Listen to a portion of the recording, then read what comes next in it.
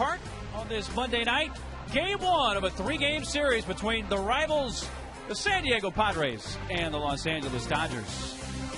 Welcome into the booth with Mark Neely and Mark Grant. Mud, a big deal tonight that Matt Latos is not on the mound? Well, it's a great luxury the San Diego Padres have to have a guy like a swingman in Tim Stauffer. Tim's put up great numbers out of the bullpen.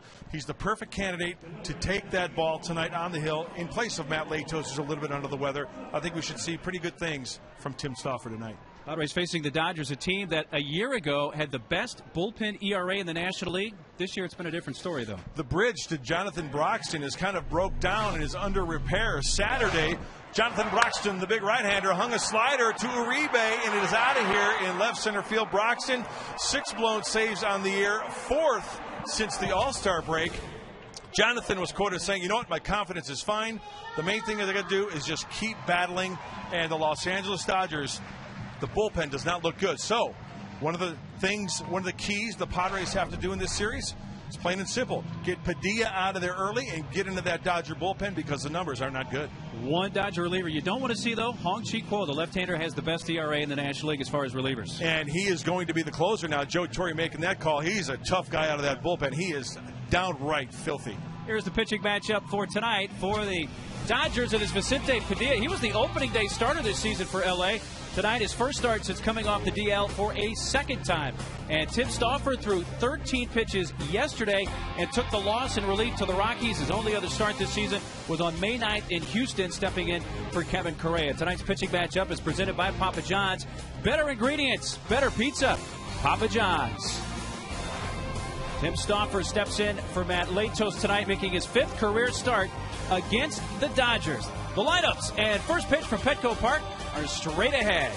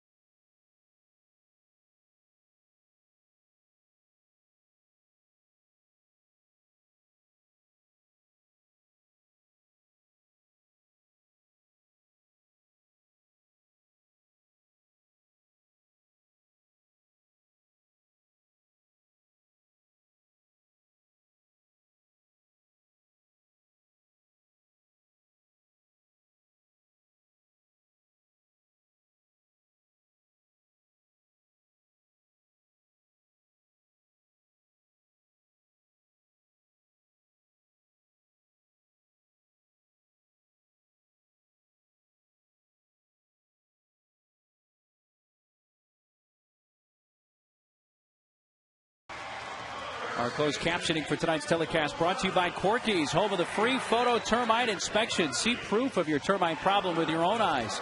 Call Corky's at 1-800-901-1102.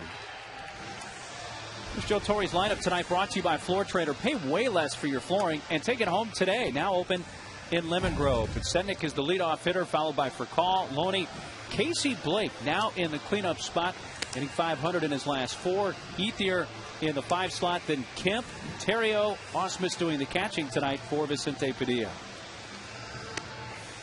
Our starting pitching profiles brought to you by the Mark Condos. Luxurious downtown San Diego condos from the 300s. Go to themarksandiego.com. Hey, you hear that knocking? I do. You know what that is? It's opportunity. Opportunity for right-hander Tim Stauffer. Tim Stauffer, fastball, cutter, slider, and a curveball. He threw 13 pitches yesterday in relief, and quite frankly, I think if Bud Black can get 4 innings out of the right-hander, I think that would be a nice night. Matt Latos on the shelf. Timmy's got to stick with his strength. His arm strength is back. He's throwing strikes. Hopefully he can take it to these Dodgers first few times around in the lineup. Always fun to bring out the towels. Let's say beat LA. Hey, their registration is overdue. July sending that in. Yeah, 2009. But right now the streak starts for San Diego, hopefully, as Joe Torre's troops invade Petco Park. Padre defense brought to you by Easy Turf Synthetic Lawns and Putting Greens. The best looking synthetic grass is now more affordable. Call 866 Easy Turf. Venable in center tonight. Adrian at first, Headley at third, and Hundley catching. Ready to go as Scott Pasednik in the batter's box. He takes a strike, and we are underway. Don't you just love that first pitch strike? Set a tone. We get underway a minute tardy at 7:06, 67 degrees at game time tonight.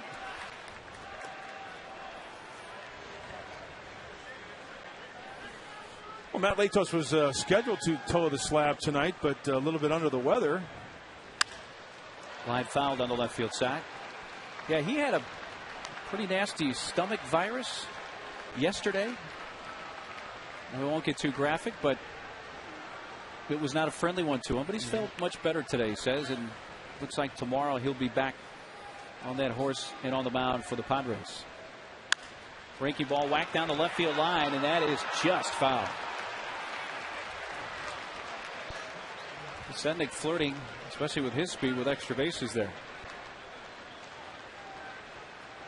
I was thinking the same thing you were. With the way that it's been going these last 10 games, that ball possibly kicking up chalk, but not the case, as Tim Stauffer now finds himself ahead 1-2.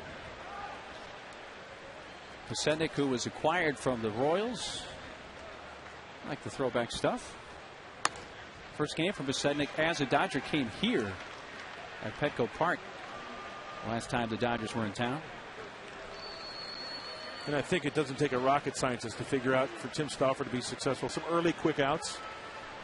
Right? Absolutely. And a 2-2 pitch fouled away as a 94-mile-per-hour fastball that Sednick got a piece of. So I think the way you do that is pound the zone early, throw some quality strikes. And you can't control the foul balls off the bat of a guy like Pasednik. Oh, that guy, bright-eyed. A full count.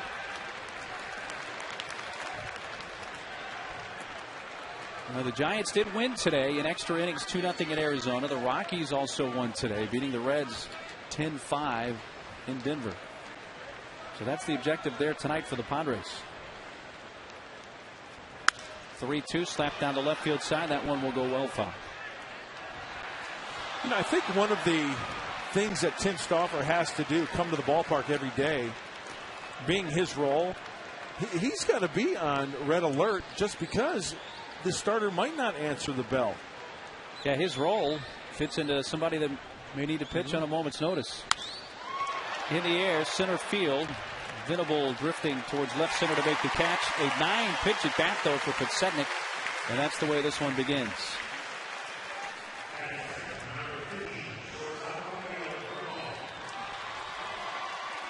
So Stauffer needed 9 pitches to get the out, but does get the first out. Getting Pasednik, and will face shortstop Rafael for call.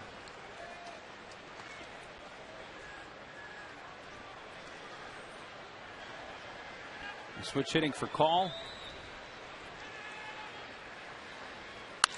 Slaps it right back up the middle and into center field.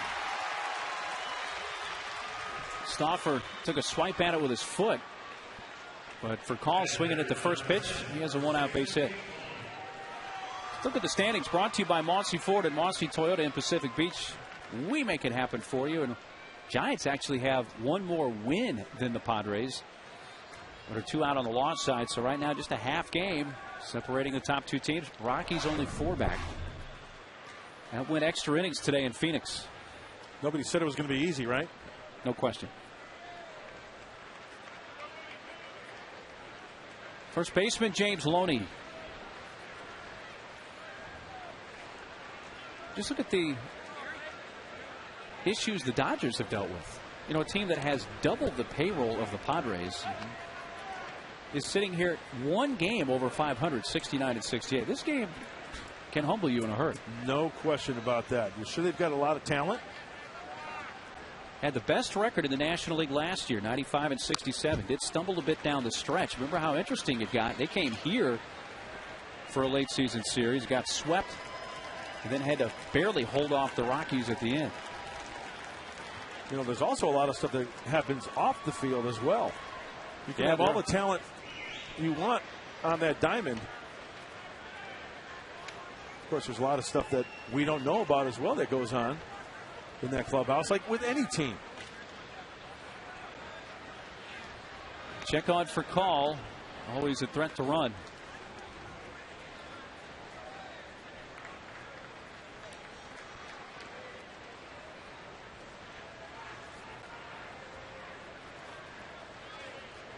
Monty ready for the 0-1, but instead a check on for call. Who's back standing up.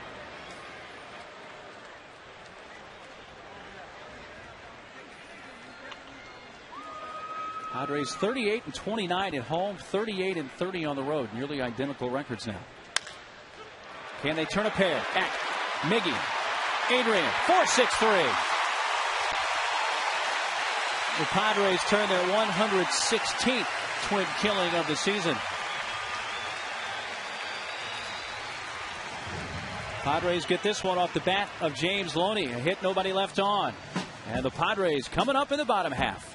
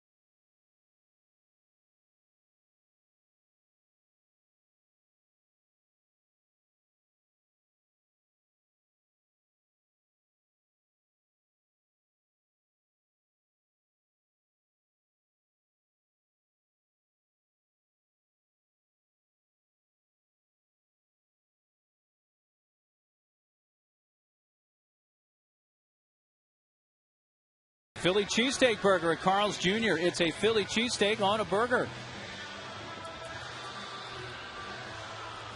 Starting pitching profile brought to you by the all-new Cadillac SRX. The Cadillac, a crossover, is veteran Vicente Padilla for LA tonight. Watch out for the soap bubble.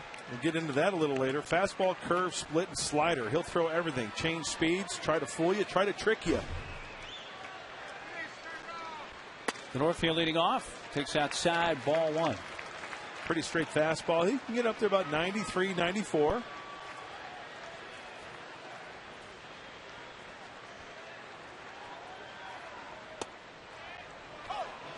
Striking at the knees to Denorfia. Chris, 280 average and 9 Padre home runs.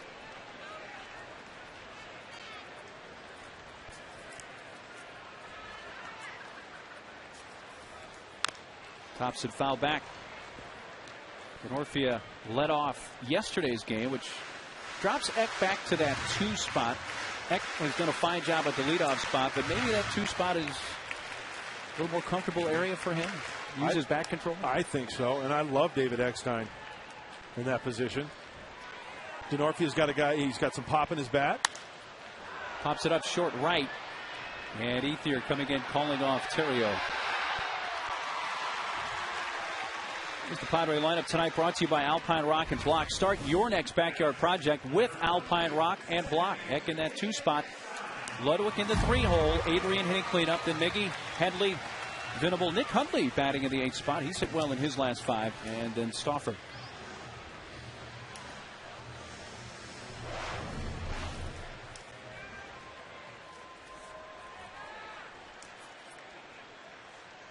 Eck sports a 276 average. Ball 1 up and in. One of the things Randy Reddy said before the game regarding his Padre hitters, pulled softly foul, was to hit the top of the baseball. Okay, now what happens when that happens?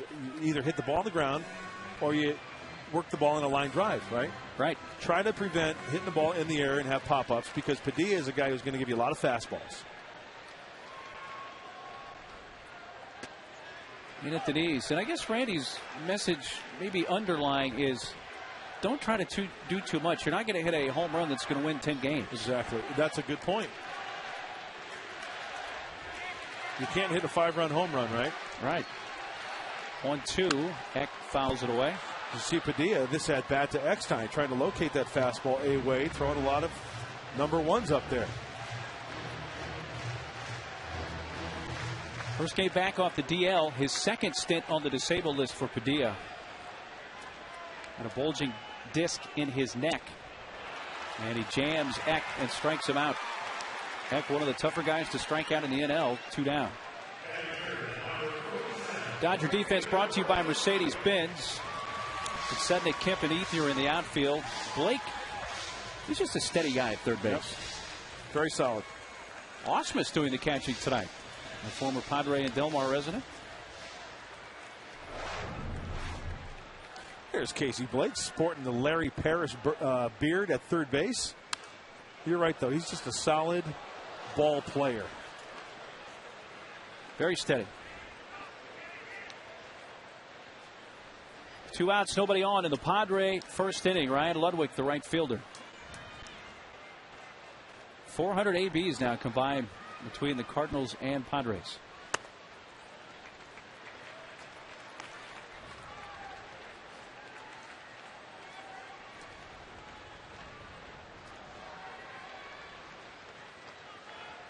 As a Padre in 33 previous games, Ludwig 218, 3 homers, 14 RBIs. Towards the hole for called backhands. Plants, fires, down the line.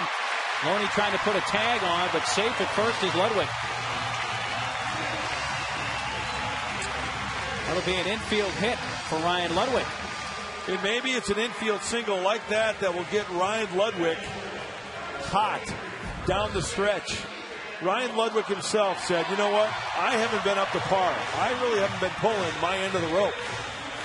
He's a stand-up guy. You can see the whiff from James Loney on the tag, having to leave the bag to catch that baseball. But back to my point, it might be a hit like that that gets Ryan Ludwig going in the lineup. He's certainly an important piece of it. Yep. So a 2-out base runner for Adrian Gonzalez.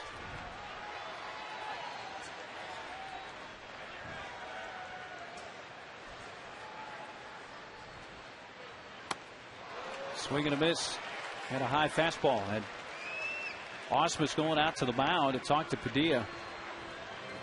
Well, that was a quick visit. Was it as simple as, hey, don't leave one up in that area? Not to this guy. The infield shift is on. 3 on the right side. With Terrio, the second baseman, playing a short right field. Well, I don't know if Padilla is really working up a lather at 67 degrees, or he's got a serious amount of Brill cream in that hair. They still make Brill cream? I think it's still on the market. I mean, look at that. He's not a quart low, that's for sure. That's pretty slicked up. By the way, they've moved the third baseman, Blake, over to the right side of the infield, so the shortstop for Call is still in his spot. Another fastball. Padilla working Adrian up. First pitch of the at-bat, fastball up, swung through it, and that pitch there. Let's see if it's, yeah, Ausmus, that's kind of like where he's set, up above the belt buckle.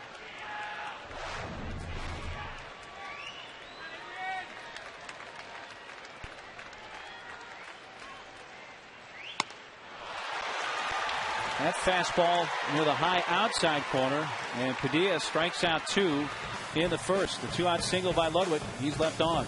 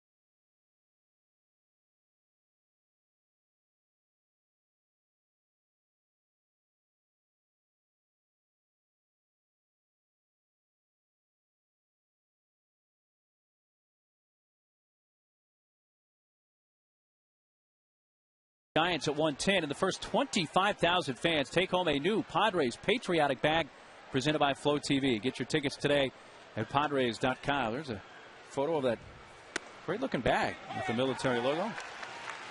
Papa's got a brand new bag. But Papa was also a Rolling Stone. Third baseman Casey Blake in the cleanup spot. 0-2.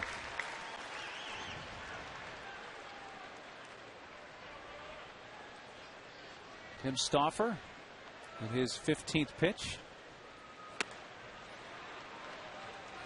That double play really helped Tim out pitch count wise. You know, you remember he needed 9 pitches to get the game's leadoff hitter Podsednik on a fly ball to center.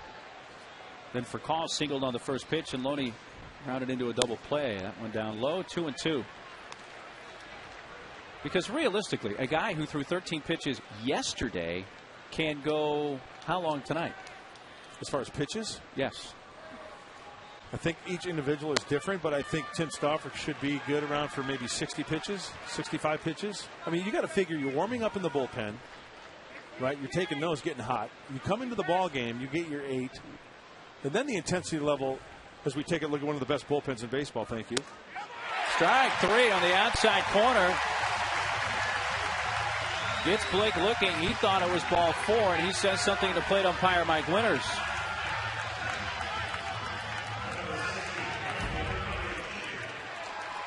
Two-seamer, what does track say? Well, according to Carl's Jr. pitch track, Tim Stauffer gets the call. And that's a hang with him. Good pitch by Tim. So I guess, to get back to your point, it's not only the pitches, but it's the adrenaline and what it takes out of your body and your arm. So realistically, anything over 4 innings would really be gravy with Stauffer here tonight. I think that would be awesome. Right fielder Andre Ethier. I heard more spattering of boos from the Padres fans when Ethier came up. Now that Manny is no longer with this team, does this guy kind of draw more of the ire of the Padre fans? Hey, nobody else to pick on, huh? Yeah, they got to find somebody else. And you usually find your best player or their best player. I'm sure he's used to it. Yeah, there's the old pinstripes in brown and orange. I see you and he go to the same barber. Yeah. The 1-2. Not a a little bad bit pitch. High.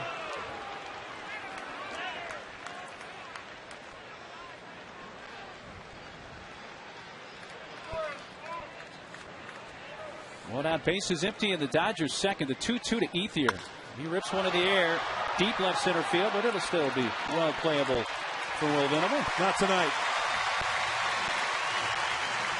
You know, looking at Tim Stoffer's line, Mark, all his relief appearances in that one start, the most that he has thrown as far as pitches was 66.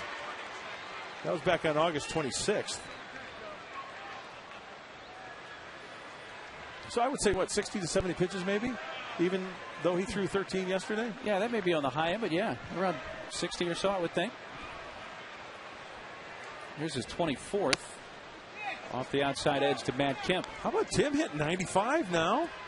Got a little fuzz going there. Yes, he does. The arm strength is back. That's good to see. Line to right center field, and Kemp has a 2-out single.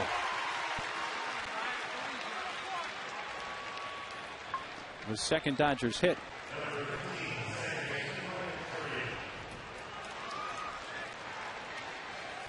You know what? One thing I noticed on that play, that hit rather, Kemp hit the line drive, right, over the second baseman's head. Yep. But did you notice where Venable was playing? He was playing that way. In fact, if that ball was hitting the air, he would have been right there. That means that Stoffer hit his spot. Kemp just happened to square it up. Looking for him to go a little bit the other way there. High strike to Ryan Theriot. Let's take a look. Here's the pitch. It's up and away. He takes it that way. But look at Venable. If that ball's hitting the air, he takes 4 steps to his left and makes the play. Remember, they've got those cheat sheets in their back pocket as well. Those cliff notes. Where to play each hitter. In fact, let's see the outfield. It'd be either Hoffman or Renteria. I know. Yeah. Works with the infielders as well. Hoff notes? Should we call them Hoff notes? Oh, nice. I mean, I don't want to take anything away from any of those coaches down there. I know they all work extremely hard putting the game plan together. 1-1 to Theriot. Foul down the first base side.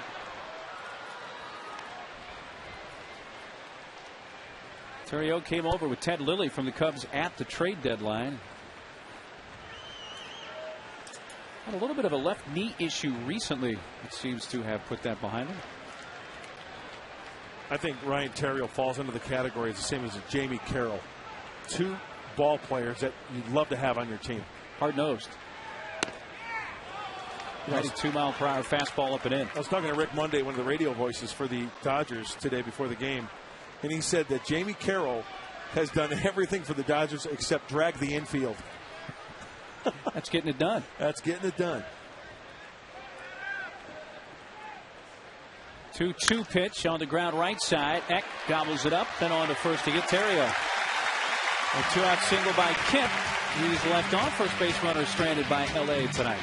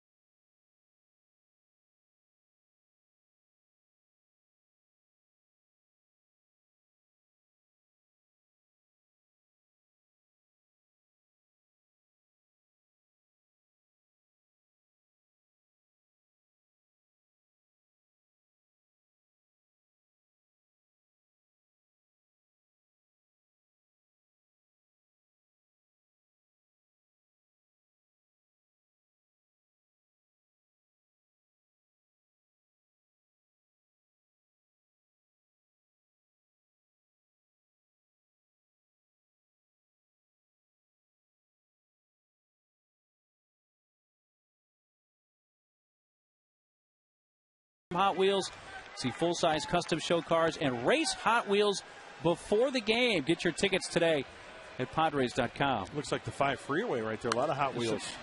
Indeed, there are. They're going to have a 40-foot Hot Wheels track that day out of the park in the park, so you can race your Hot Wheels. That brings back a lot of memories. You still got some Hot Wheels laying around? We never had Hot Wheels. I just saw the commercials on TV. We were so poor, my mom and dad couldn't get me that. Cue the violins. No, I had a Hot Wheel track. Awesome. Every kid, every boy had Hot Wheels. Yeah. Chance to pick up more this weekend here. Garland and Stauffer having a chat. Strike on the outside edge to Tejada. You know, that's one of the things that I loved doing and miss is being a young pitcher and talking to guys who had a lot of time under their belt. John Garland talking to Tim Stauffer. Who knows these Dodger hitters? He absolutely played with the Dodgers part of last year. It would seem to be a good resource to go to between innings. 1-2. Slapped down the right field side foul.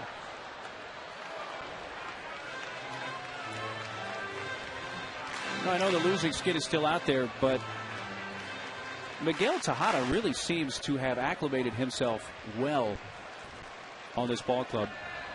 Not only in the clubhouse, but on the field as well. Breaking ball from Padilla is inside. You know, one thing I've noticed about Miguel, day in and day out since we've seen him in a Padre uniform, his positive body language. Always upbeat. Doesn't matter what the score is, what the streak is at. His intention is to give you a great at-bat and make a play behind the pitcher. Wave and a miss. Chase that low fastball. Not happy with himself. Yep. Third strikeout for Padilla. One away in the second. Out of the hand, it looked like a strike, and then the movement on that two-seamer down and in. You can see the frustration on Miggy's face after this pitch. Tracks, clearly a ball.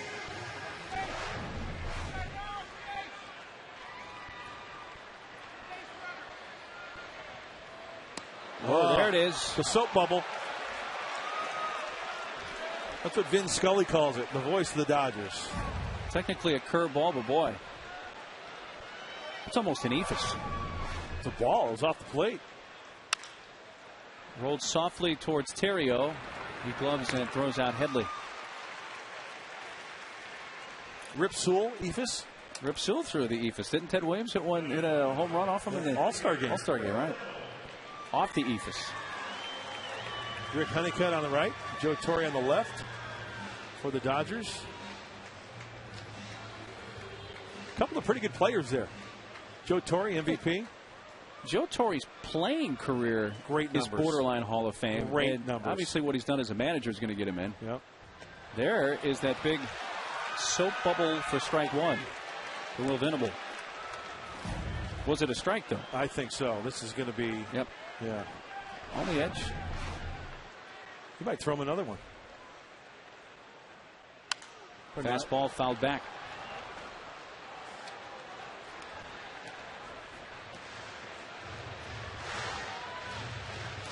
.26 pitches for Padilla. 2 of them have been that soap bubble curveball.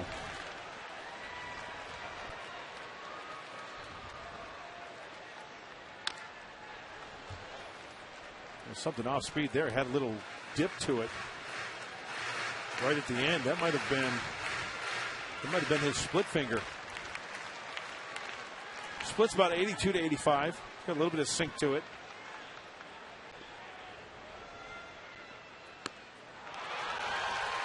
Two strikeouts in the inning for Padilla, and he's fanned 4 through the first 2. 8, 9, and 1 hitters coming up for LA.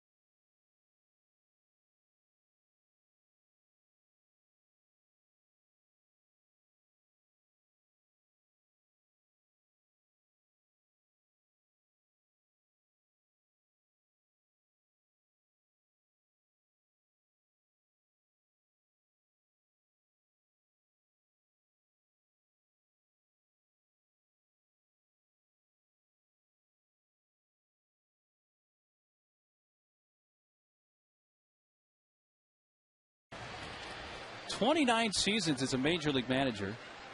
Winning percentage near 54% with 5 different teams. Those 2,315 wins have him 5th all time, behind Connie Mack, John McGraw, Tony La Russa, and Bobby Cox. Pretty good company right there. I alluded to this the last half inning. I mean, that right there gets you in the Hall of Fame, doesn't it? How many managerial wins? Guy was a catcher at the big league level, was a third baseman at the big league level, was an MVP. Yeah, won the 71 most valuable player with the Cardinals when he led the National League in hitting at .363. But his career dates back. He actually caught Warren Spahn's 300th win in 1961.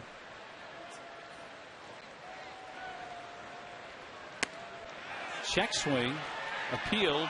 No swing, says Hunter Wendelstedt.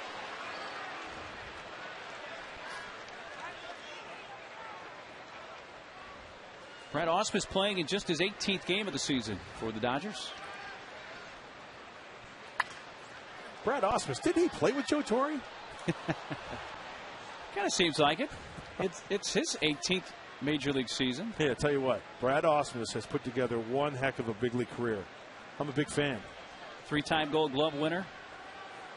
He can help a pitching staff, no doubt. Made his major league debut with the Padres. Back in '93, was acquired in a trade from Colorado. Had not appeared in the big leagues with the Rockies, so made his big league debut with the Padres. And he was traded during the '96 season by San Diego to Detroit. His first major league hit came at Wrigley Field off Greg Hibbert.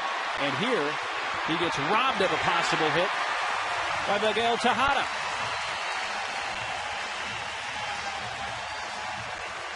Miggy helping out with the first out of the inning. Are doing more on defense, brought to you by the Home Depot. More saving, more doing. That's the power of the Home Depot. Well, a couple of things. If Miguel Tejada can get a glove on it, chances are he will glove it and throw you out. Sure, it helps that Ausmus, the veteran catcher, is hustling down the line. Doesn't have blazing speed, but that's a big out for Tim Stauffer and the Padres.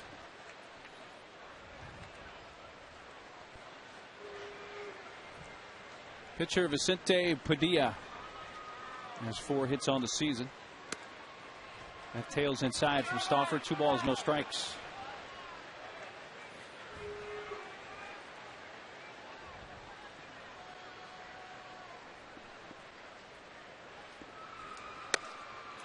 Padilla takes a strike.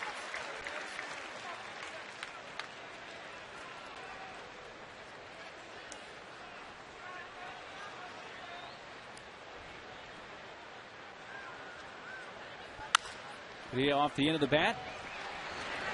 Chops it out to short, and Tejada gets his second assist of the inning.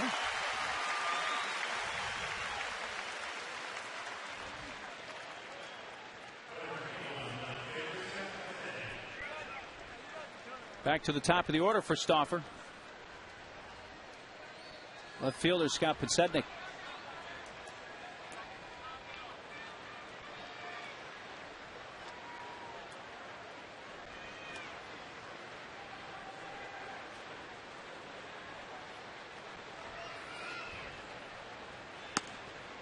Strike on the outside corner. Hey, that year that Joe Torre won the MVP in '71, you mentioned he hit .363. Drove in 137. Hit 24 home runs for the Redbirds of St. Louis. Now, his first managerial job came as a player manager in '77 with the Mets. But not long into that, he gave up the playing side of it 18 days later, in fact, and retired to become exclusively a manager. Left field, and Denorfia a few steps to his left. 42 pitches for Stauffer through 3 scoreless innings. He's due up second in the bottom half.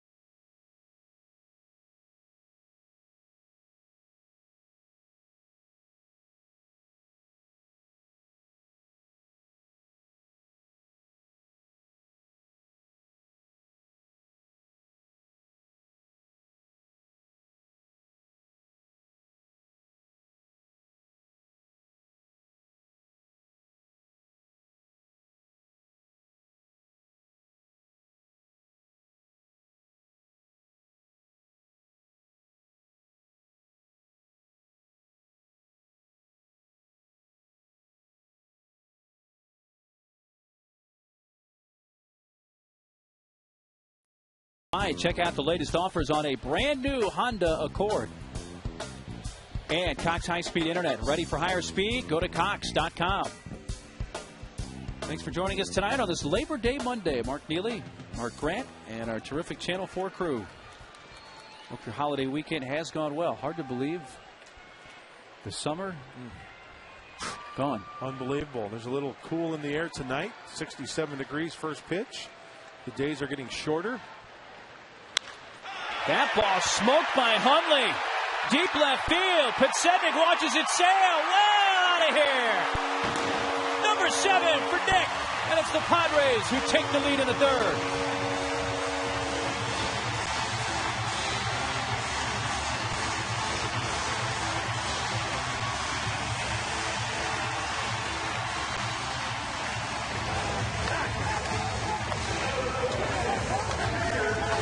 I mentioned earlier that Padilla is going to give you some fastballs to hit. First pitch swinging. Nick Hundley.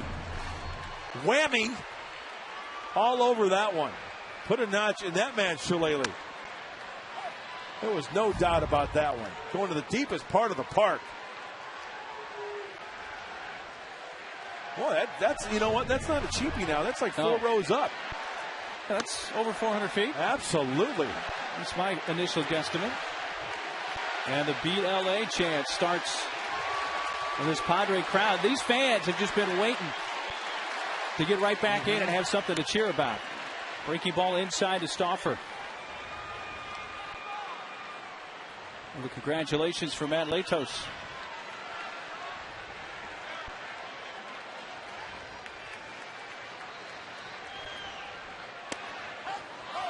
Strike 3 on the outside corner with the 95-mile-per-hour fastball. 5th K for Padilla. And the first out of the third.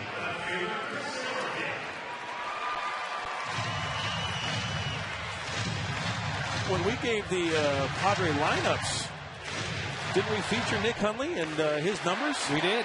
He's been swinging well. That's not his first home run on this homestand. Remember the pinch hit home run he had in the Rockies series, his first career pinch hit home run. It was on Friday night. Breaking ball low to Denorfia.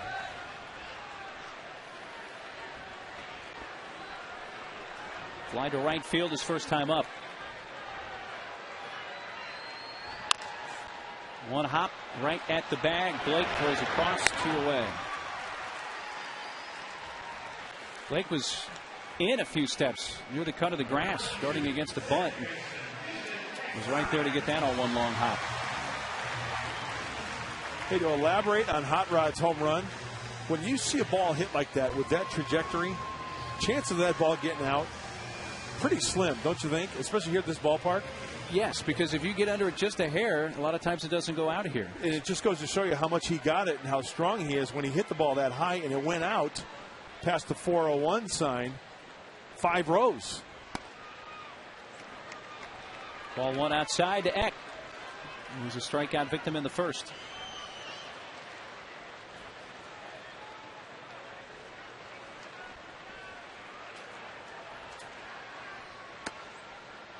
Strike call.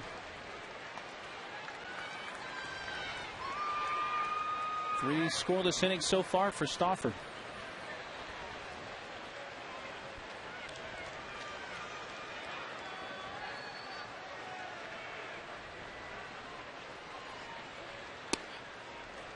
Low to Eck, 2 balls and a strike. 403 feet. Really? The distance on Hundley's home run.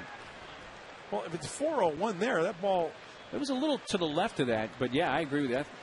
I think they could tack on a few extra feet on that. I was thinking that was going to be more like 415.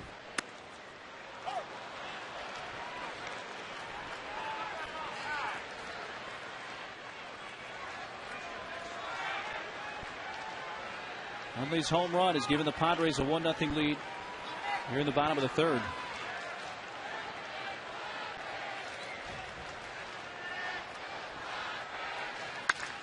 On the ground, and Loney, who was playing a bit off the line, takes it to the bag just a step ahead of Eck. But the Padres get on the scoreboard.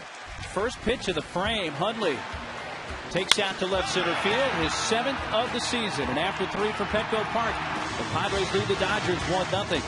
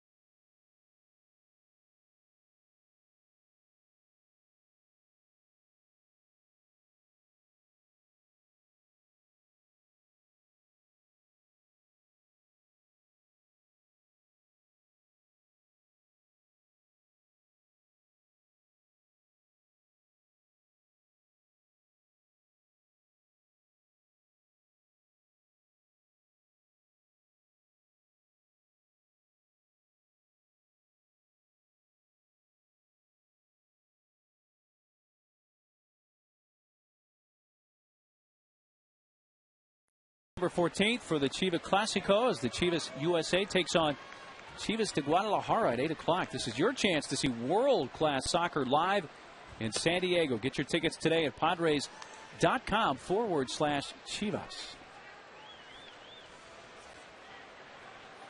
Part of the order for LA in the fourth. For Call leading off, fouls it. Padres lead thanks to a Hundley home run in the third. It's the first Padre lead since the 7th inning last Wednesday in Phoenix. They did not lead at all in the Rockies series.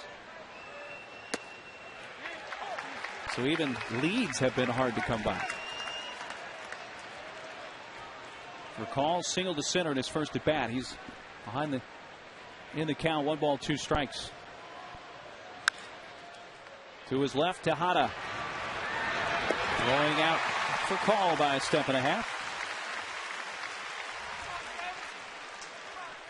Changed speeds on him there, huh? Yes, he did. Tim looks good. The arm strength is back. He's got movement to all of his pitches. The body language says a lot. He looks confident. And we take a look at the pitch count, 47. Not bad for Tim.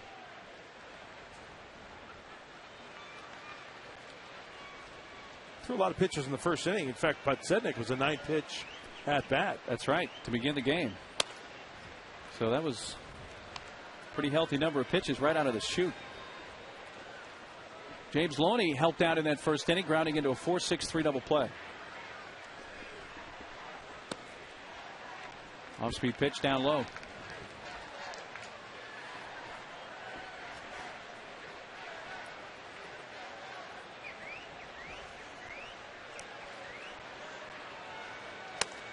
There's a strike to Loney, 2-1. Right at 50 pitches now for Tim Stauffer. Loney belts it to right. That is down. Trying to cut it off. Ludwig can. It goes all the way to the fence. Loney into second. He has his team leading 37th double.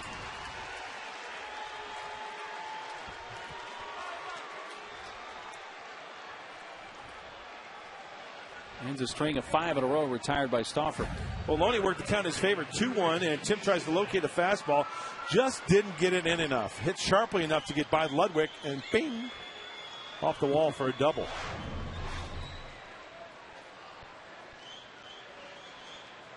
Fourth most doubles in the National League, 37 for Loney. Cleanup hitter, third baseman Casey Blake, who took a borderline 3-2 pitch, which was called strike 3, and Blake had some choice words for plate umpire Mike Winters. Curveball up high, ball 1.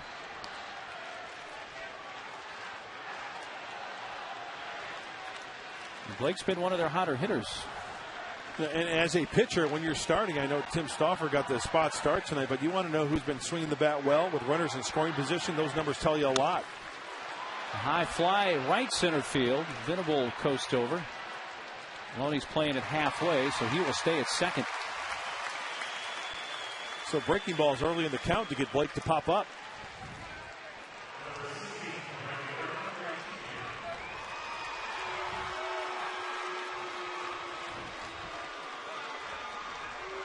Two away for Andre Ethier. He fly to center in the second.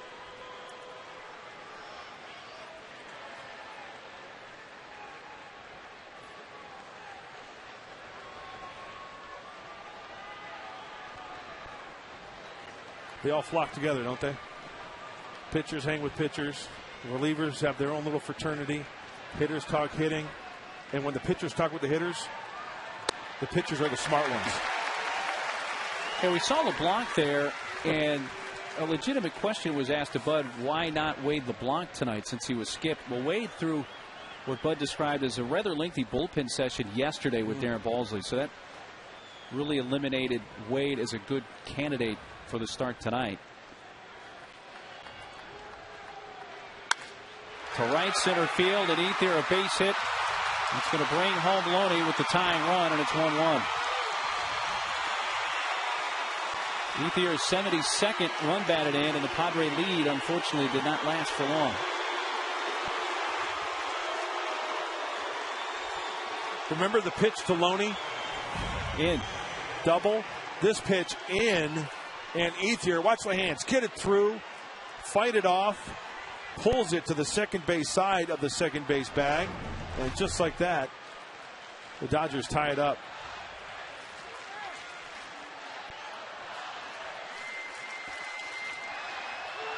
Center fielder Matt Kemp with a sharp single to right center in his first at bat. First pitch is a changeup that's outside and low.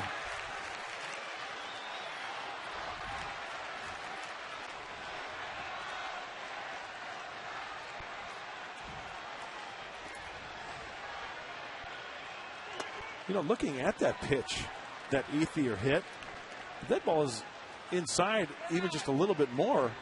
I mean, it was a ball I thought, if taken, he just fought it off nicely. It seemed to run, though, a little bit back towards the middle of the plate. But still in on Ethier.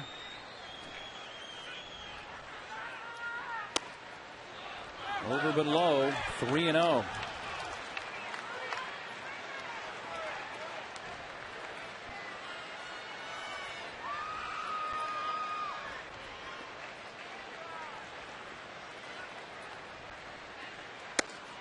There's a fastball on the outer half for a strike.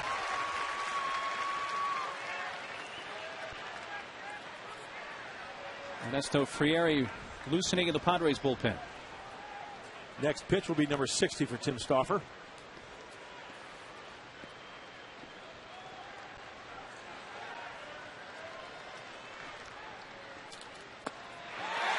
Got him to chase one there, and it runs to a full count. Good slider. Well, that's not really the best 3-1 hack to take at a pitch like that well out of the strike zone. Should be on first base right now. 3-2. Runner takes off, and it's ball 4. Kemp walks, and it's 2 on, 2 outs.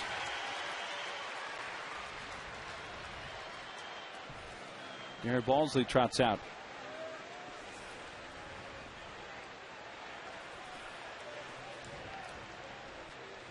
But we talked about it earlier. Anything over 4 innings would be exceptional for Stauffer. So if he could get one more out here. Absolutely. And get out of this mess with just 1 run, I think that'd be a nice night's effort from the right-hander. Buddy just hoping to make one quality pitch here to get Terrio.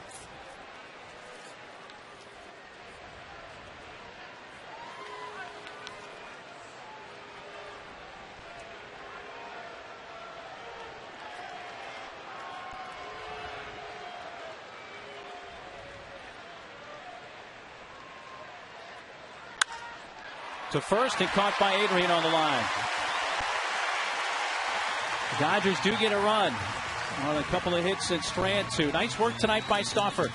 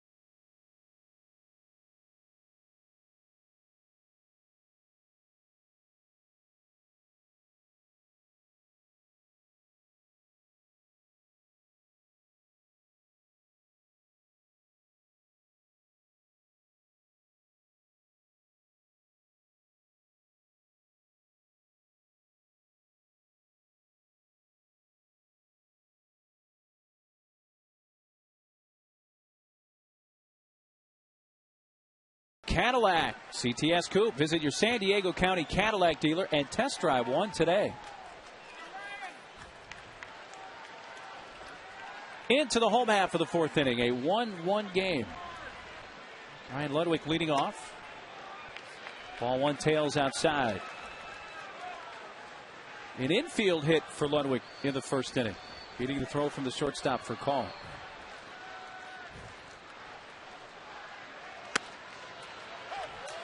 Yeah, I think we've got a wide zone tonight. What do you think? I do. Tim Stauffer handshakes all the way around. A nice 4 innings. Darren Balsey saying, way to go, right-hander. Nick Hundley going over some pitches. Popped up short right.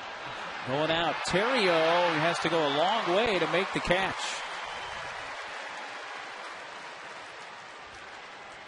I saw ice cream. A little snow cone there, didn't you? A little snow cone there on the run, Terrio. Checking out a long run for the second baseman. He waves off Ethier, and then ball hits the heel of the glove, and then just a little bit into that webbing of Terrio.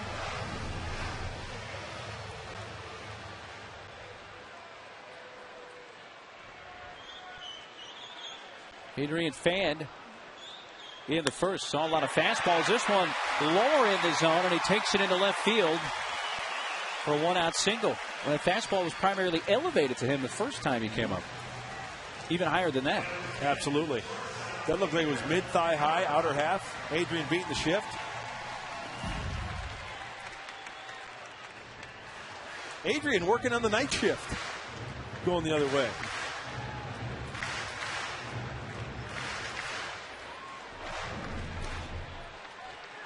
I know your Commodores because you're easy, like Sunday morning.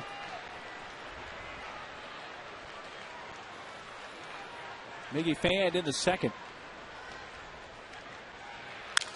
Breaks his bat, a little flare. Terrio out, it's over his head. Maybe those little breaks are going to start going the Padres' way. Broken bat, base hit, 2 on, 1 out.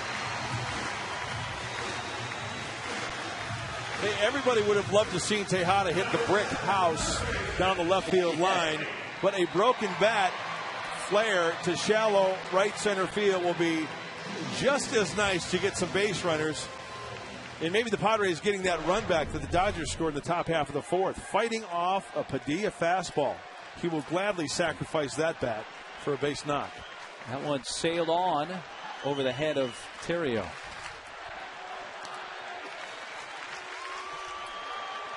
Headley.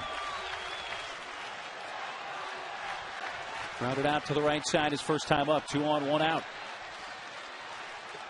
In the dirt. Well, after the base hit, Salazar. Not sure what that means. Well, that's the sign language for I love you. Like well, this. Yeah, but then I think it meant a little more than that. A lot of love. Yeah.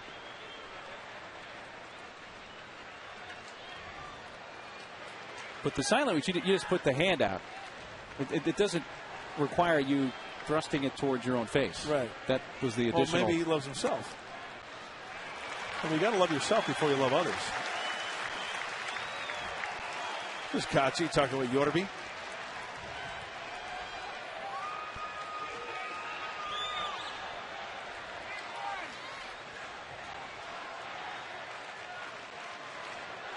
Two-0 count on Chase Headley.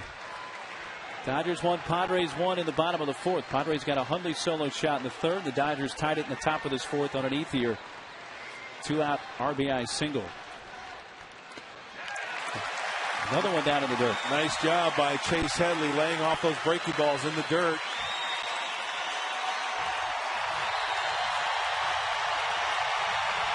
Ausmus out to the mound. Yeah, I think one of the things Ausmus might be saying here is, hey, you know what? It is 3-0. Be careful here. You just don't want to lay it in there. First 3-ball count of the night for Vicente Padilla. And he's probably asking him, hey, well, what do you feel comfortable with here? 3-0. What do you want to throw?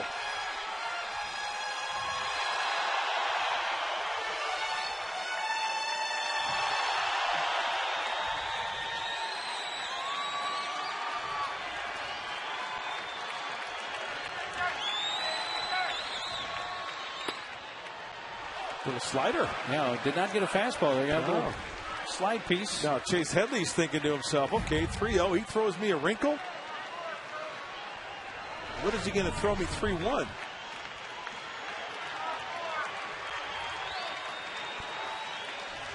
Well, the old guessing game. Do you sit breaking ball or look fastball away?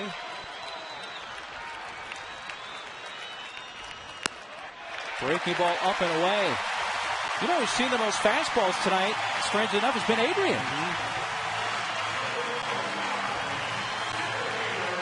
Well, the walk loads him up.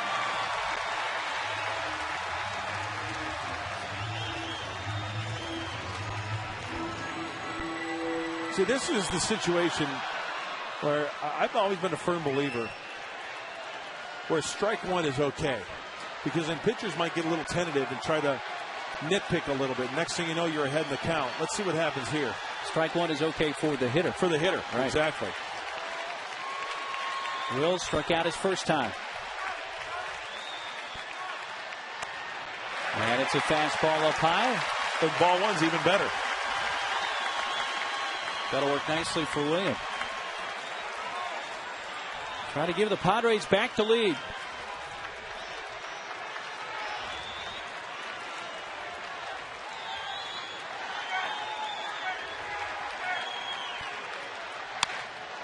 Did he check? Big call here, and he did not go around, says crew chief Jerry Lane. That is a big call in this sequence. Absolutely. Let's see. Did he go? Oh, if he hits that yes, one, the Padres have 2 runs on the board. He caught a break. Instead of 1-1, it's a 2-0 count. My goodness. And we're going to get a visit. Rick Honeycutt. There's some activity on the Dodgers side. Ronald Belisario getting loose. Wow, how nice would it be to get in the Dodger pen in the 4th inning? Oh, huge. We talked about those numbers before the game. The Dodger bullpen. Since the All-Star break, a 5.19 ERA for the guys in blue.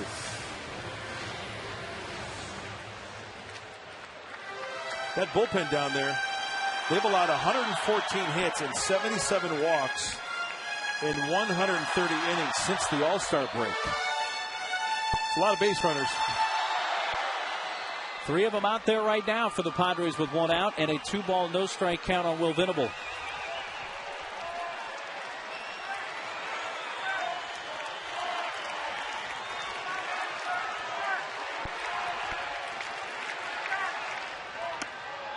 Inside, ball 3. Great eye.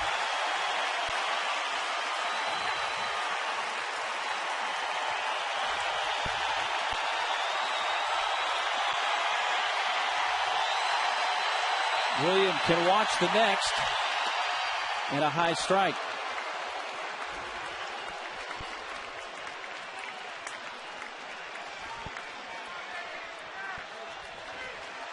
Padilla got the leadoff man. Adrian single. Tejada a broken bat hit. Headley walked. They're loaded with 1 out. 3-1 pitch to Will.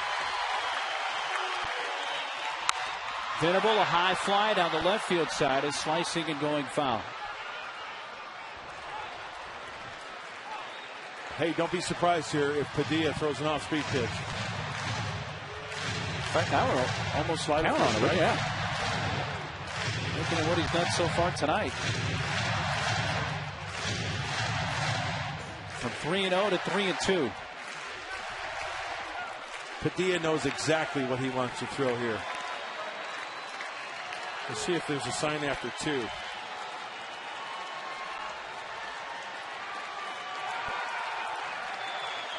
Two, 1, wiggle 3. Fastball away. Venable on the ground right side. Loney has it, goes to second out. Now a race to the bag at first. Safe, and a run scores.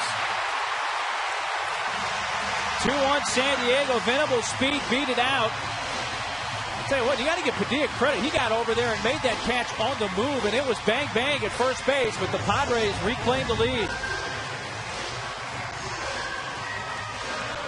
You're right, and also, thank goodness for the speed of Will Venable, because this ball is hit sharply, Loney, being left-handed, he could just give it up to Call with the good hose as well.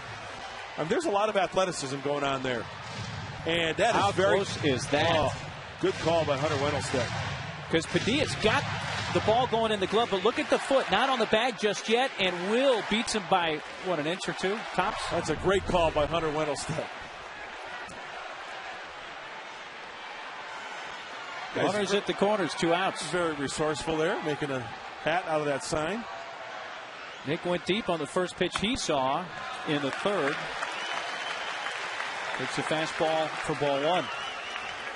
But a nice little stretch here for Nick in his last half dozen games.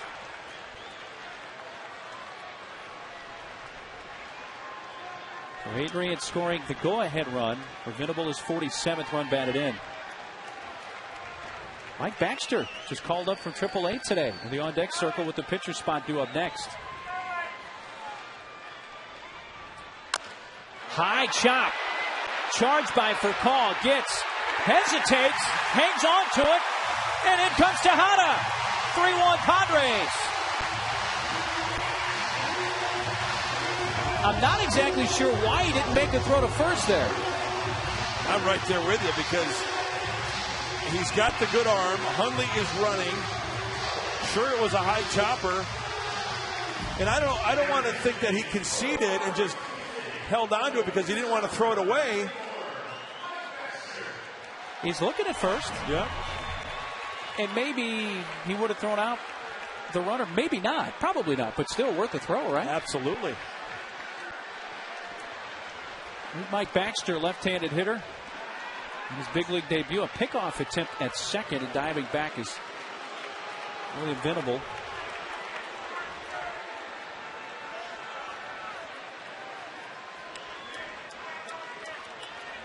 So an infield hit for Hundley, and he's knocked in 2 of the 3 runs. There's good numbers for Baxter this year. Look at that on base, 382, 18 bombs.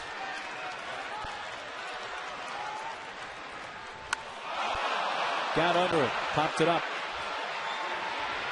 And in his first big league at bat, pops out to the second baseman, Ryan Theriot. But the Padres respond.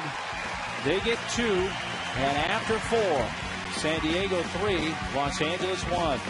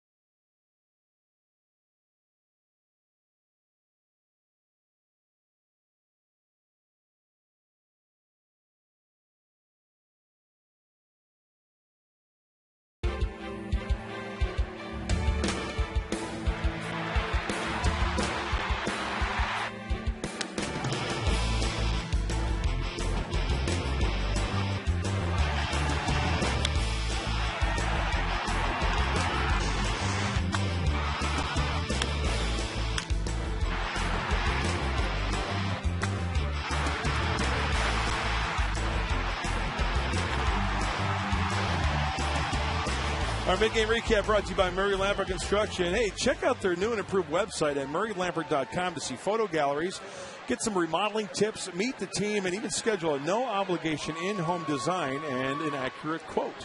Mark Neely? Thanks, Bud. We headed to the 5th. And a new hurler for the Padres, Edward Mujica.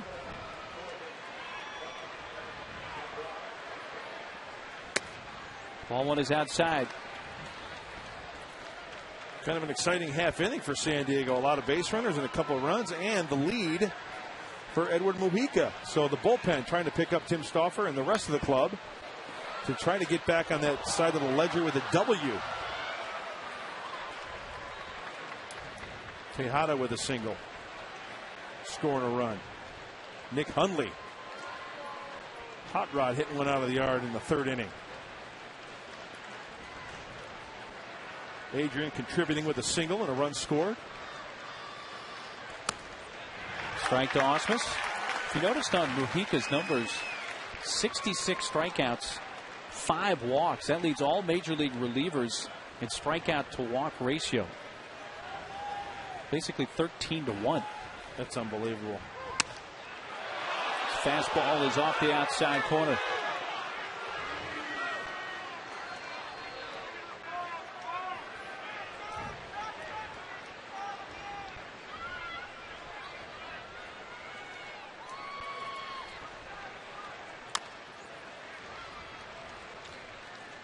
That's a little breaking ball, a slider from Mujica. And the thing about that pitch, especially to a guy like Brad Osmus, he threw it in the right spot. You don't want to throw that for a strike because you speed up his bat. And then Osmus will have the ability to put it down that left field line. So he threw it for a ball well off the plate. Down and away, and it's full. That was the changeup, El Diablo.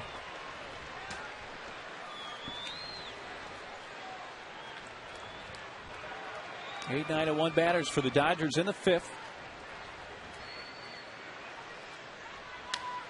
Fouled back. Pitcher spot is due up next for the Dodgers. Looks like Joe Torre is going to pinch hit for Padilla. Ronnie Belliard in the on-deck circle.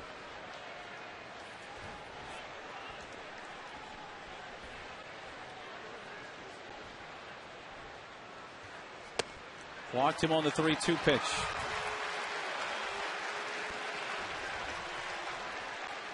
And Belliard will be announced batting for Padilla.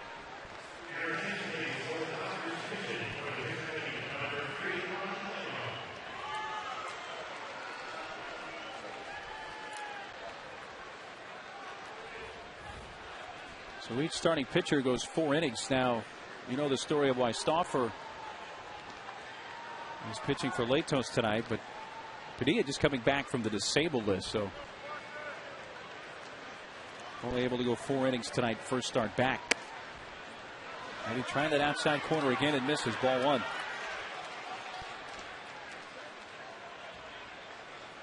Ronnie Belliard, who re-signed with the Dodgers in the offseason after he was traded to them in July of last year in 2009, traded from the Washington Nationals and became the starting second baseman down the stretch and in the playoffs last year for LA.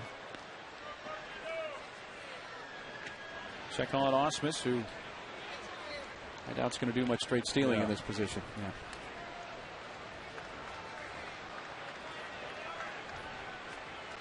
No stolen bases for Osmus this year. Doesn't mean they won't hit and run, right. But well, we got some coaches in the stands tonight. Not happy with the throws to first.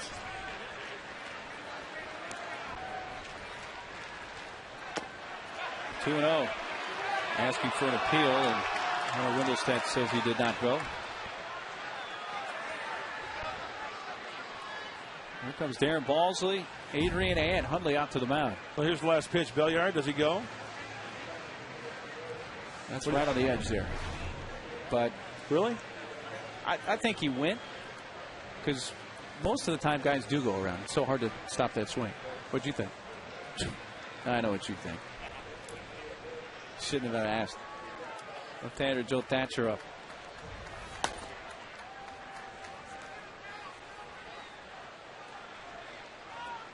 Darren Balsley out to have a chat with Mujica. He's got to put an end to this right now.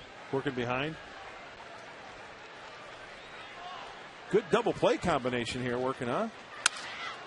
Center field. Will was shading him towards right center, but is able to come in to his right and make the running grab.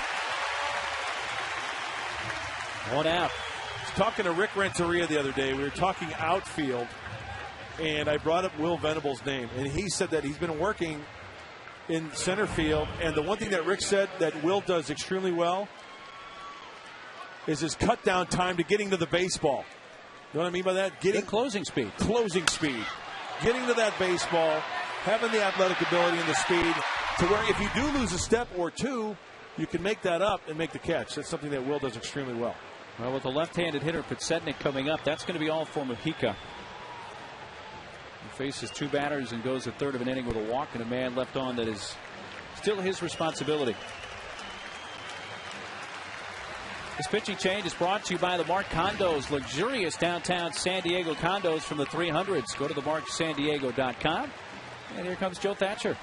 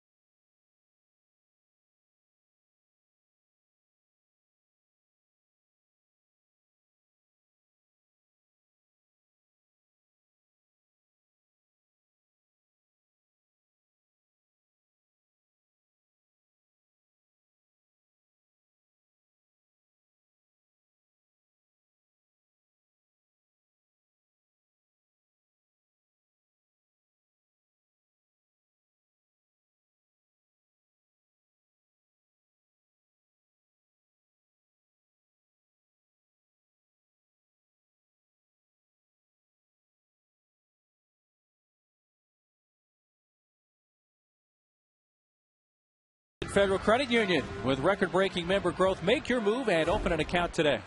Okay, Joe Thatcher, the left-handed specialist. Podsednik to face the left-hander here. Mujica only a third of an inning. The ideal thing here would be one or two pitches for Joe to get a grounder and get a double play ball.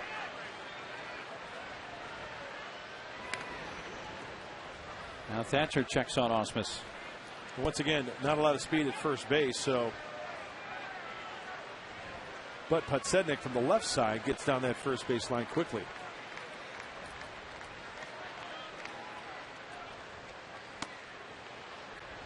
A chance lefty-lefty matchup here. Then you have Furcal, a switch hitter on deck. With Furcal has a better average left-handed than right-handed. You turn him around to bat right-handed, and then Loney, another left-handed hitter, due up after that. A little bit low. 2 balls, no strikes.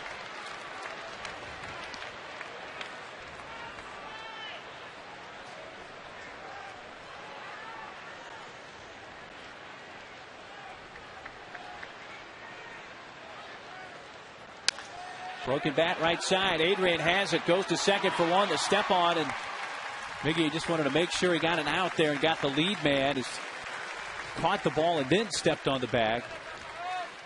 But Adrian not shy. He came up with that and immediately down to second to get Brad Ausmus. And with Podsednik's speed, probably wise that Miggy held on to this one. And Adrian has proven over the years that he's pretty accurate on the run, and Tejada plays it safe. Off the bag, get to the ball, step on the bag, and Miguel says, tranquilo, it's okay. We got the out. So it turns Furcal around to bat him right-handed. Just to go back to Mujica, that walk to Brad Ausmus. And you mentioned the walks. Only the 6th walk issued by Eddie in 62 2/3 innings this season. A rarity. Which I'm sure is why Darren Balsley came out. You're shocked. The guy, he walked Ausmus, and then he's behind 2-0 to Belliard. You're like, whoa, this is not Eddie. Command is his thing.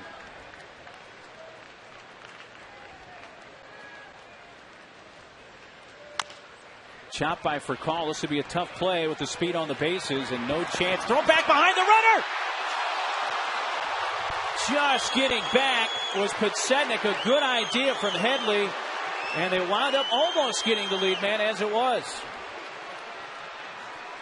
I think a perfect throw from Headley to second base would have gotten him. Because watch, Headley first, no going. Podsednik, see how it's high? So a perfect throw down by the bag where his hand was probably would have gotten him. Even if it's waist high, better shot. But Podsednik got the hand in. And credit Brian Runge, the second place umpire. He was all over it. Yeah, he got the hand in. He was safe. He was in there. Nice call. An infield hit for call. It's 2 on, 2 outs. James Loney, the hitter.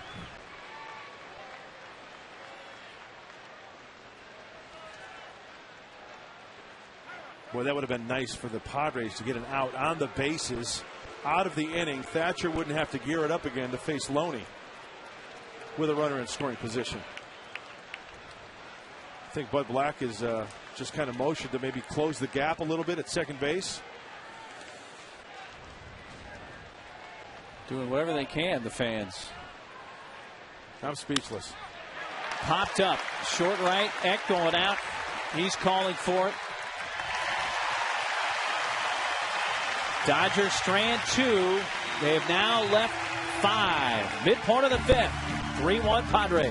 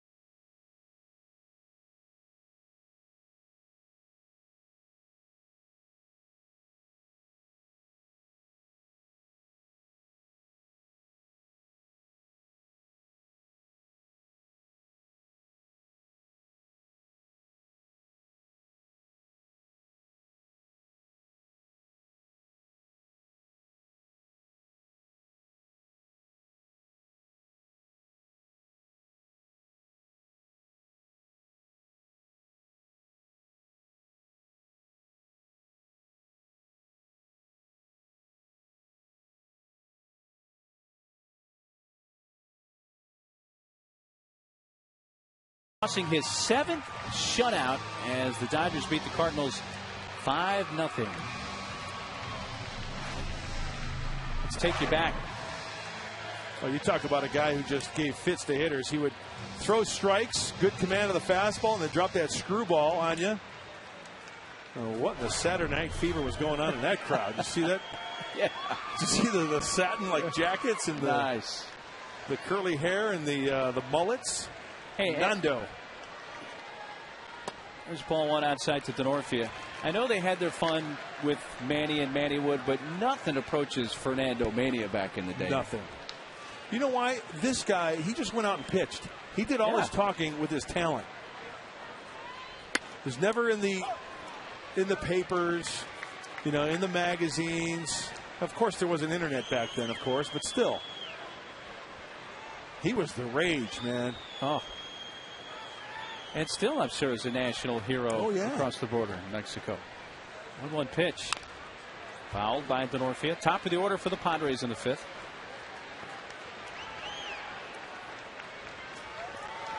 New hurler Ronald Belisario for Los Angeles. Once again, we talked about that Dodger bullpen not having the good numbers. And for Belisario, throws a fastball slider and a change. He can be erratic.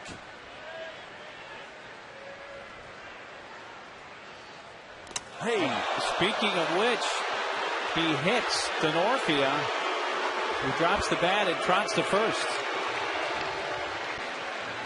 Paulie Navarro of the training staff giving him a look. And will stay in the dugout. Denorfia trying to shake that one off. Hey, at least he got the bat out of the way, right? Yes.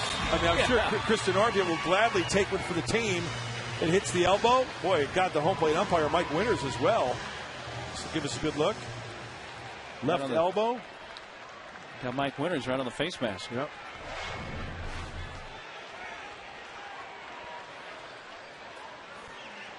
So the leadoff man is on for the Padres for the first time since Hundley's leadoff homer in the third. Ball one darts inside to Eck.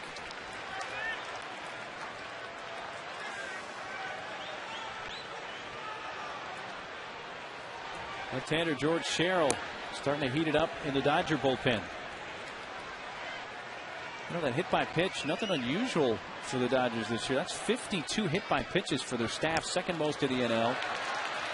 Looks like a hit and run on there.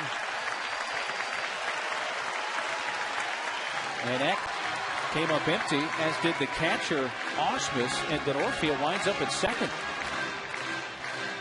A steal for Denorfia.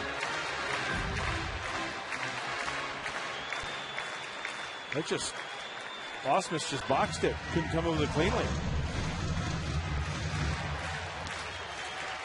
Yeah, from this angle, it kind of looked like a foul tip, but Eck didn't make any contact. So that's the Denorfia steal. Stand and be his seventh. Now he shortens up and then took a swipe at it. Yeah. I don't usually see David do that. I tell you what, I get nervous when Eckstein squares like that. You got Belisario out there on the mound. Remember Eck getting one in the chest before, and he's trying to chop that one down on the ground. Trying to move that runner over to third. Whoa.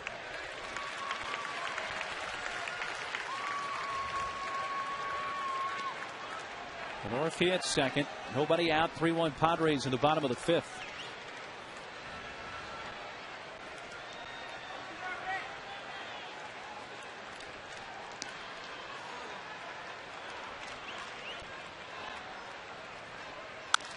Eck towards the middle. Denorfia will hold as Furcal throws him out. You could tell Denorfia made a decision there in a fraction of a second, as that ball was just a little behind him, and he elected not to risk trying to play at third. I'd rather be safe than sorry. You don't want to get thrown out at third base. Okay, you get an out. Dodgers get an out, but you still have that runner in scoring position. Ball is struck. He kind of leaned that way a little bit, but quickly back to second base. And that's the smart move. And you can see a little frustration on David Eckstein's face. He wanted to get that runner over. He takes pride in doing that. Ball one to Ludwig. Great example, though, Denorfia there on the bases of the split-second decisions that players have to make. Yep. I mean, that really was a borderline one. Maybe he could have gone, but it was no sure thing that he was going to make it to third. Right. Plus, you have to take into consideration the arm of Furcal. Absolutely, which is a good one. Yeah. A strike to Ludwig.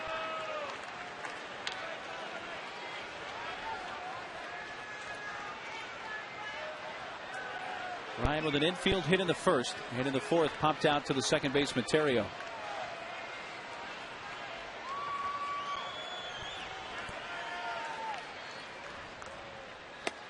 Rip and a miss by Ryan, a ball and 2 strikes.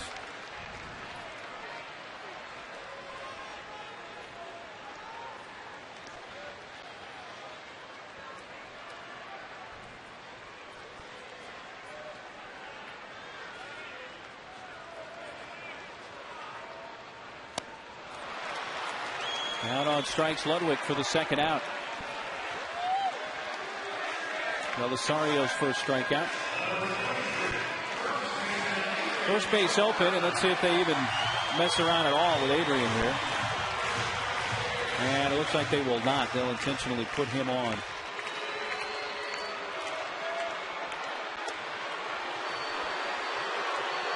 Hey, with the wildness of Belisario, this isn't a given now. And we've seen guys airmail him back to the screen. He's got a little fuzz on it, too, at 83.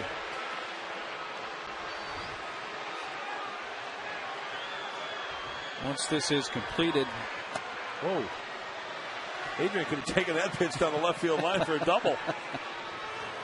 This will be the 75th walk issued to Adrian and the 24th time this year he's been walked intentionally.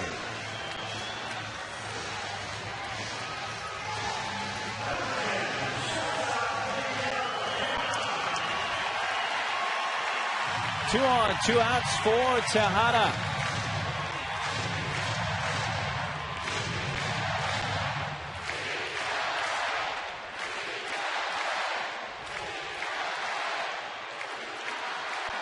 By the way, only Albert Pujols has more intentional walks in the National League this year than Adrian. Pujols at 33 and Adrian now 24. Off that low outside corner, ball 1 to Tejada, who has singled and scored and struck out. Yeah, Miguel's got to be really patient here after throwing 4 wide ones. You take into consideration the erratic control of Belisario. Work another walk, possibly. 2-0.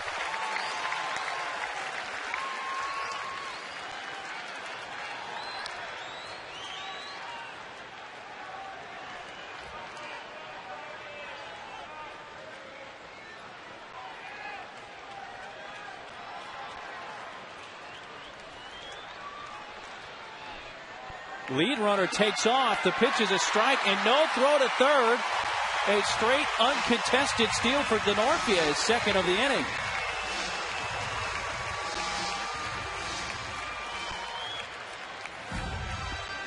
Belisario looked like he was one looking at second base.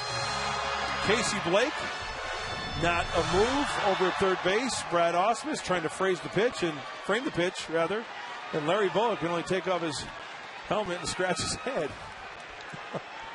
2-1. And a foul that got a piece of him in the batter's box and rolls up the line. And the reason why I'm chuckling is because if you take a look, Denorfia off. Adrian stayed put. Yeah. And as you said, Blake wasn't covering third. It really caught them all by surprise. The reason why I'm chuckling is because I can only imagine what was coming out of the mouth of Larry Boa there on the bench. It was colorful. There he is. I wish he'd speak his mind one time. Yeah, Larry Boa. Don't candy coat it, Larry.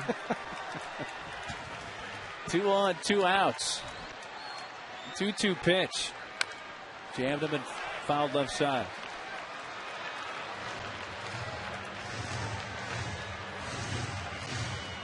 You know what? Remember Padilla? He had success with Tejada going down and in with that yes. two-seamer. And you can see Belisario, who doesn't have that good of a control. He's trying to go back down in there as well. And they struck out Tejada on a similar pitch in the second. Padilla, by the way, went 4 innings, 3 earned runs, 5 hits, and struck out 5. Left side to his left. Blake going the short way to get the force out of Adrian to end the inning. The Padres had a runner at second, nobody out. Do not score in the 5th and strand a pair. They've left 5, and we have finished 5 at Petco Park.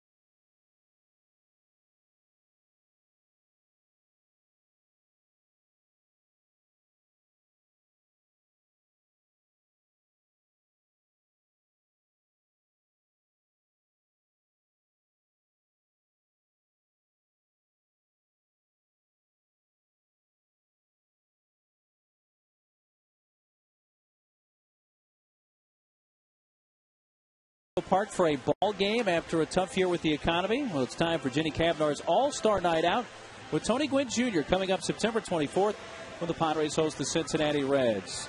Just go to Jenny's Facebook page and nominate a family who has experienced a layoff in the past year. Bring them out to Petco Park, get an Adrian autograph. Yeah. I'm sure Jimmy Malone was asking those guys, hey, you doing your bench presses? Jim Malone, the Padres strength coach. Adrian saying, hey, remember, kids, there's a lot of hits the opposite way now if you're playing Little League. Ryan Webb in for San Diego. All right, close game, middle of the ball game, and a great opportunity for Ryan Webb. So Bud Black piecing together this game with different arms out of that bullpen. Decent numbers for Ryan at times, maybe a little erratic, but more hits than innings pitched by a few. Hard sinker baller. Yeah, if he's got that two-seamer working, he can be very effective. And the first one right there is a strike on that two-seam fastball. Remember, he lowered his arm angle a little bit to create a little bit more movement to go along with that velocity. It should work quite nicely for Ryan.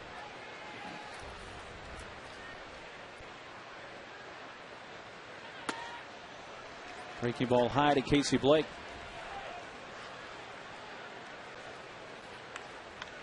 Blake fanned looking in the second on a 3-2 pitch and fly to center in the fourth.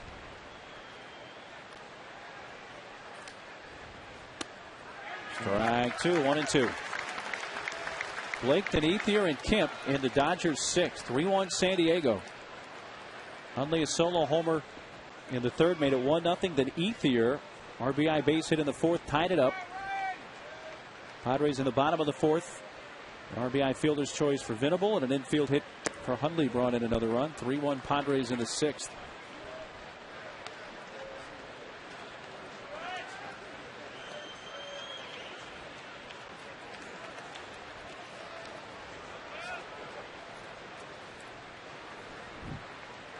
Webb's 2-2 to Casey Blake. Yes, he did. No, says first base umpire Hunter Wendelstedt. I don't think there's any doubt he went around here, did he? Oh, yeah. I think he went. That bat was square to the infield. Therefore, if the ball would have hit the bat, it would have ran up to the pitcher. That's really the thing you look for. That's what I look for. 3-2 pitch, and it's fouled up the third base side.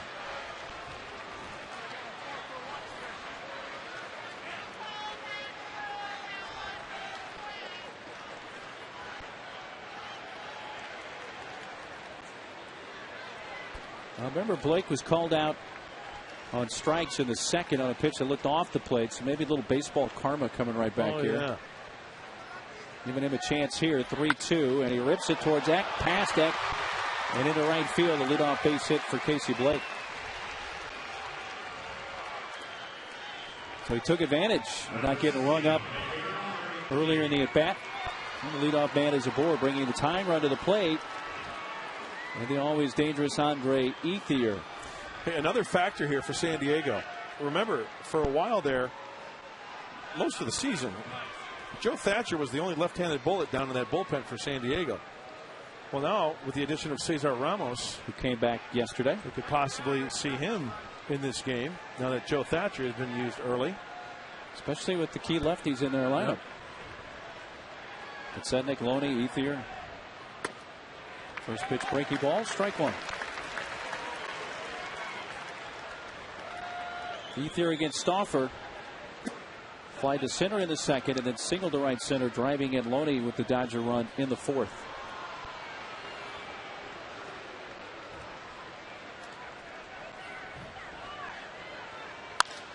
To left center field, Venable. You see it drop in. It's cut off by Denorfia. The lead runner, Blake, down to second, and it's 2 on, nobody out.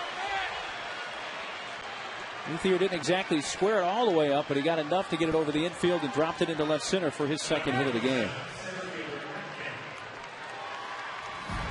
Well, off the end of the bat, and that's going to happen a lot with a guy who throws hard and throws a two-seamer. Ethier out in front of it, but just finds part of that bat to dump it into left center field.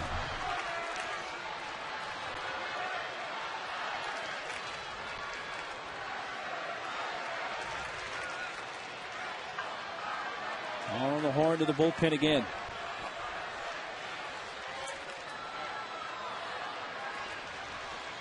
Nope. Look like Frieri going to get up again. Yeah. Matt Kemp looks at ball one outside. Kemp has singled and walked, so yet to be retired tonight. And indeed it is Frieri who was up earlier, but Stauffer got in a little bit of a jam in the fourth.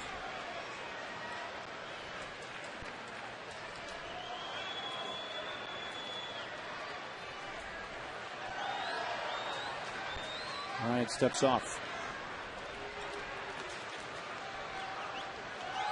Kemp playing in his 138th game. He's not missed a game this year for the Dodgers. The only Dodger that can say that. Leads the National League in games played. There's a strike from Webb.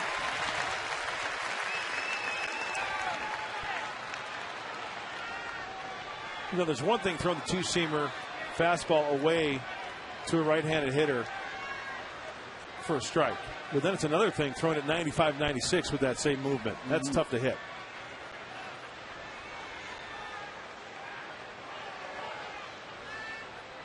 Two on, nobody out in the LA sixth.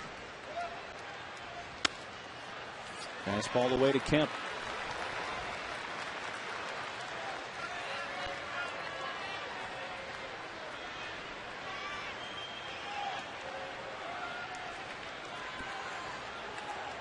Ryan Webb, the fourth Padres pitcher tonight. Stauffer started and went 4. A third of an inning for Mujica. 2/3 of an inning for Thatcher.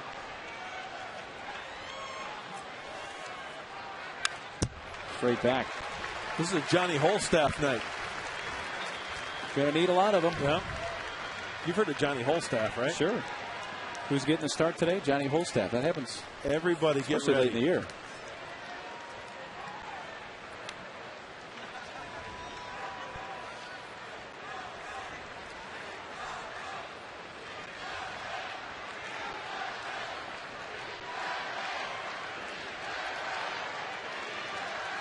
Two-two pitch. Got him. Huntley hung on. A strikeout of Matt Kemp for the first out. A huge strikeout from the sinker baller.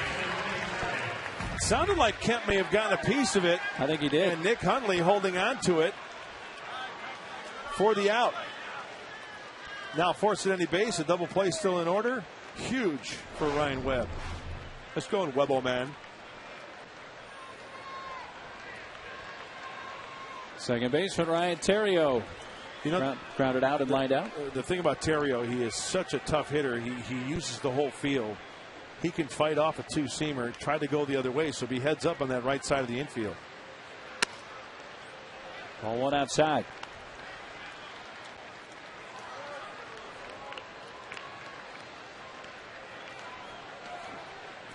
Ryan Theriot from Baton Rouge, Louisiana. Played his college ball at LSU.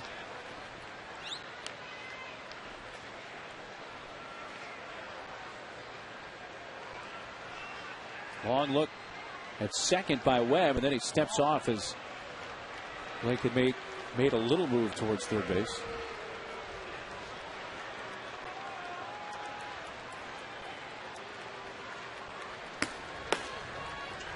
Both sides going.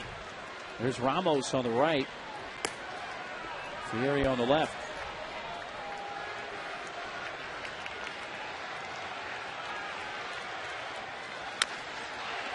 Softly left side.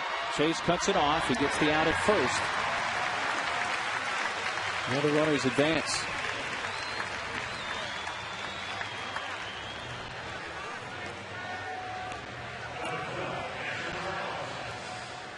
But two in scoring position. The tying runs in scoring position.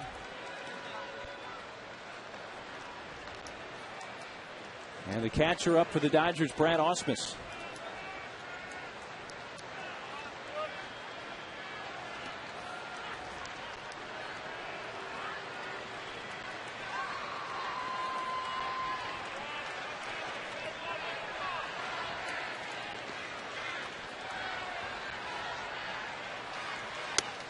A first pitch strike this time from Webb.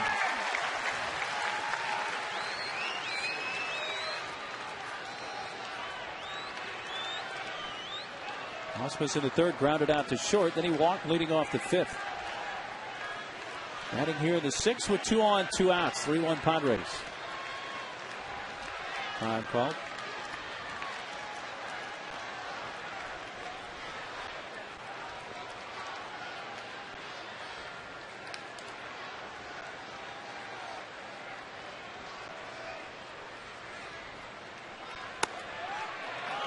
Took something off and didn't get that inside corner. And the slider, 1 ball, 1 strike.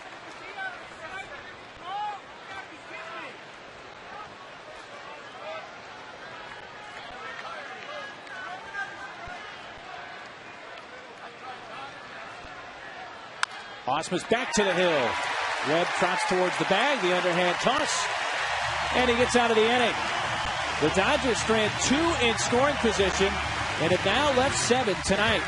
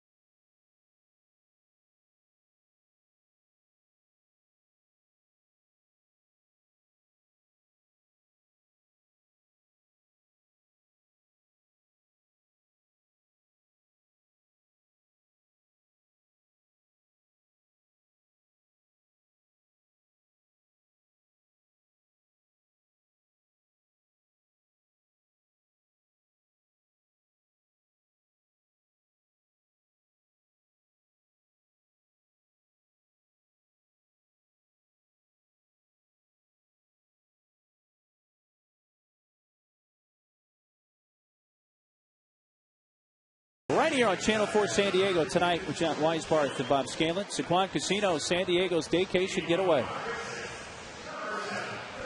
Hey, Padre fans, we've got our lucky charm here tonight. That's Carson on the right, along with his dad, Mike. Carson is 3-0 coming to the ballpark this year. Stay hot. Absolutely. And you know what? He called Tom Garfinkel. He says, you know what, Tom? Carson. He's going through some tough times right now. We wish him well. He's a little under the weather. And he called Tom. He said, hey, Tom, you know what? The Padres are struggling right now. I'm 3-0 at the yard. I'm going to break the streak. That's awesome. So he's taking in a big league ball game with his dad, Mike. Carson, we wish you well. God bless you, kiddo.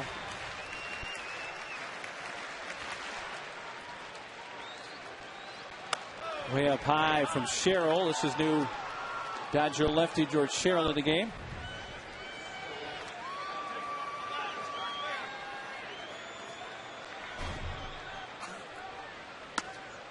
Strike to chase, 1-2.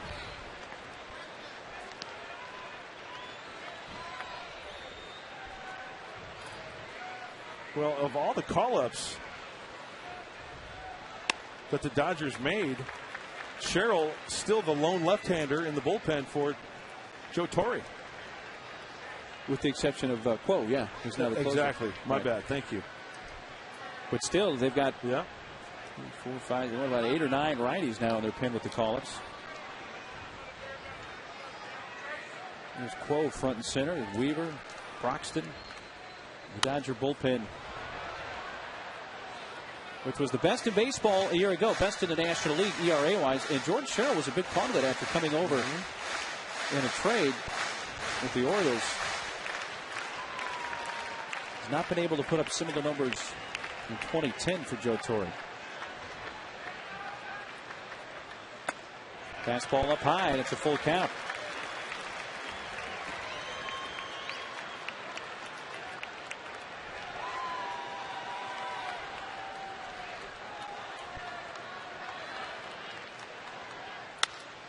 Fly ball to center field, and Matt Kemp back into his left, makes the jogging grab.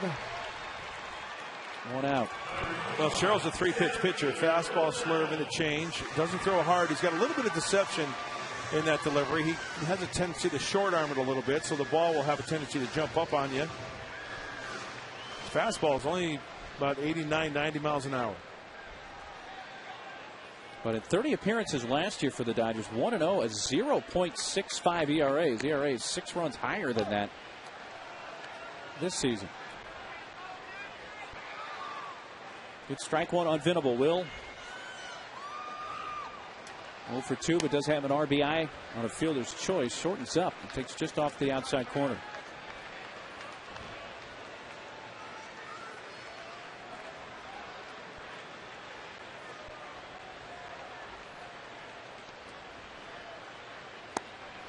Breaky ball and a swing and a miss.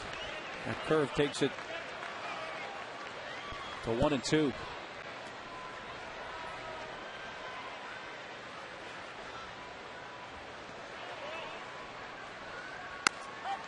Strike 3 call on the outside corner.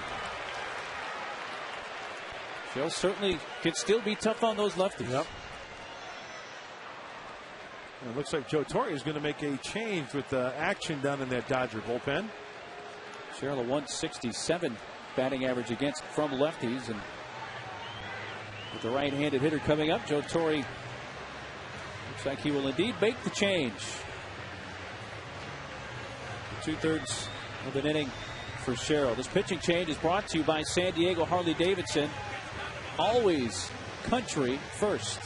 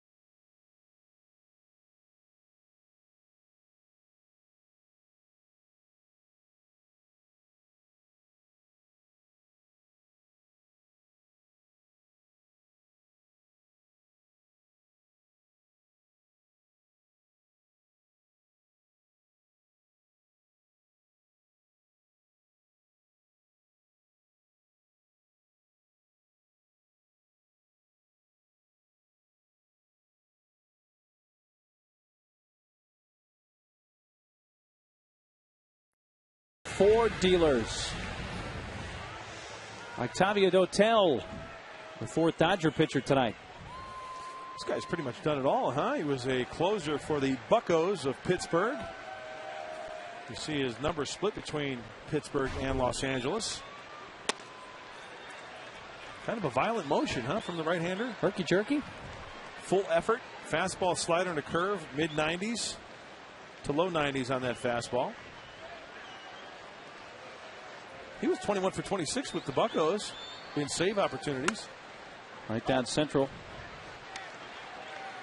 I think they got rid of some salary, though, when they dumped him, right? Yeah, they traded James McDonald as the primary piece that went to the Pirates, a pitcher.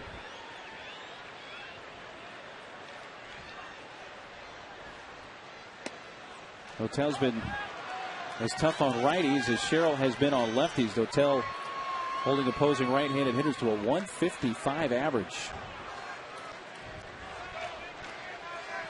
He's ahead of Hundley. 1 ball, 2 strikes. Can expect a wrinkle here. Wrinkle finishes down and away, 2-2. So Nick Hundley recognizes that wrinkle, and he's hoping to put a little bit of starch on that wrinkle and iron it out like he did that home run earlier in the game.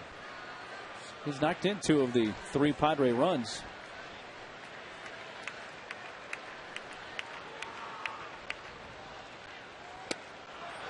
Hotel gets the strikeout. Going back to the fastball. Padres go down in order for the first time since the second inning. After 6, it's 3-1 San Diego.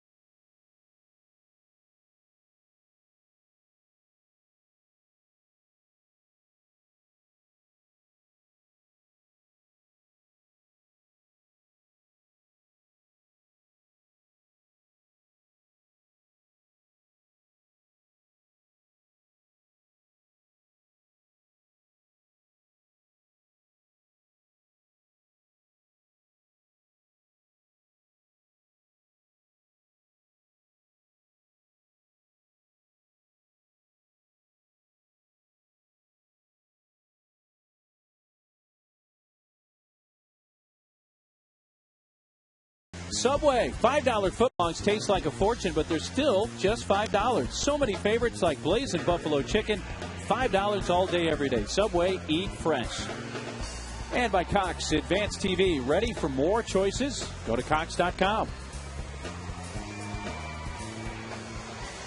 So pleased to have you with us tonight. Mark Healy, Mark Grant, on Channel 4 crew. We move into the 7th, a 2-run lead for the Padres, and it now goes into the hands of Luke Gregerson. Luke last toed the slab a couple days ago, 2/3 of an inning, kind of a rough outing. 3 runs, 2 hits. It was a 30-pitch effort. That was against the Colorado Rockies. That was back on Saturday. It was that day game. I'm trying to remember. I mean, numbers. You can look at the numbers, but yet look at the way he pitched. And I, quite honestly, can't remember if they were hit hard or if they were bleeders. Yeah, that was the Saturday game on Fox. And that the Padres dropped to the middle of that series. Jamie Carroll's going to bat for the pitcher Dotel to begin the 7th.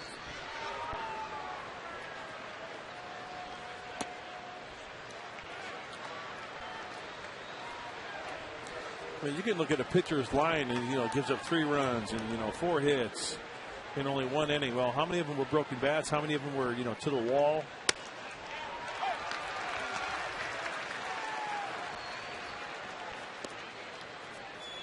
So Carroll comes off the bench. We'll be interested to see if at some point in this series we see John Lindsay off the bench for the Dodgers. That's a soft ground ball to short. Maybe he's got to muscle up on him and he throws out Carroll.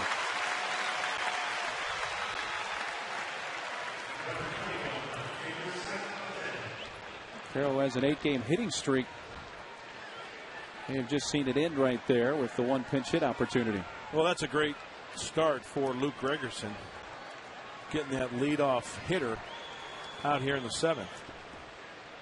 But I mentioned John Lindsay, who was called up by the Dodgers. He's a 33-year-old who's played in the minor leagues for well over a decade. He's going to get his first chance for Joe Torre, I hope, at some point.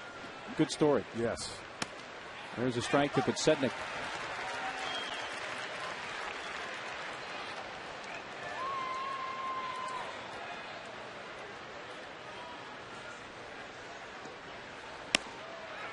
Strike two call.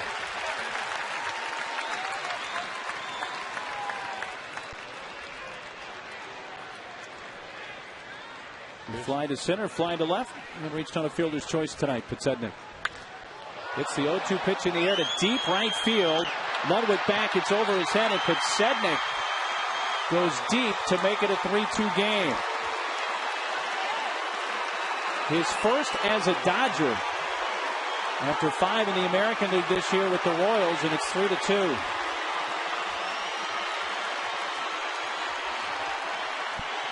An 0-2 pitch that he takes out the right.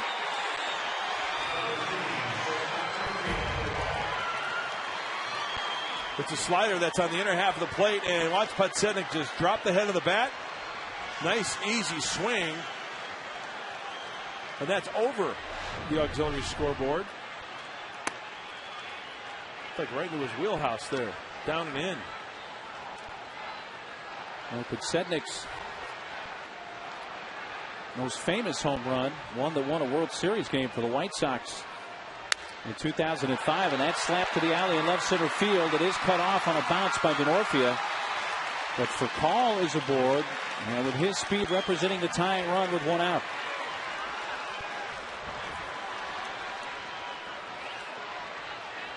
Darren Balsley on the phone, and you know what? Mike Adams starting to heat up. You know, I'm not one to, you know, I hate to speculate. And we've been spoiled with the way Luke Gregerson has thrown the ball. Quite frankly, with the way the whole bullpen has thrown the ball this year, up into this point, right? But, you know, Luke, and, you know, every reliever is going to hit his little spurt to where he's going to have a bad outing, right? Just wondering, you know, if everything's right. When you go through a whole season, a number of factors come into play over the course of a long season. Adrian taking the ball back to the mound. You say something to Gregerson? It could be just a matter of bad pitches, for all I know. Heath Bell has not pitched much recently. Yeah, that's another big factor, not getting to Heath. Hasn't had a save opportunity since August 19th. So apparently Adrian was buying some time, and the Padres desperate for a win, a W that they haven't seen in a while. They're going to make a change right here. This pitching change brought to you by the Mark Condos. Luxurious downtown San Diego condos from the 300s. Go to themarksandiego.com. Adams will relieve Gregerson.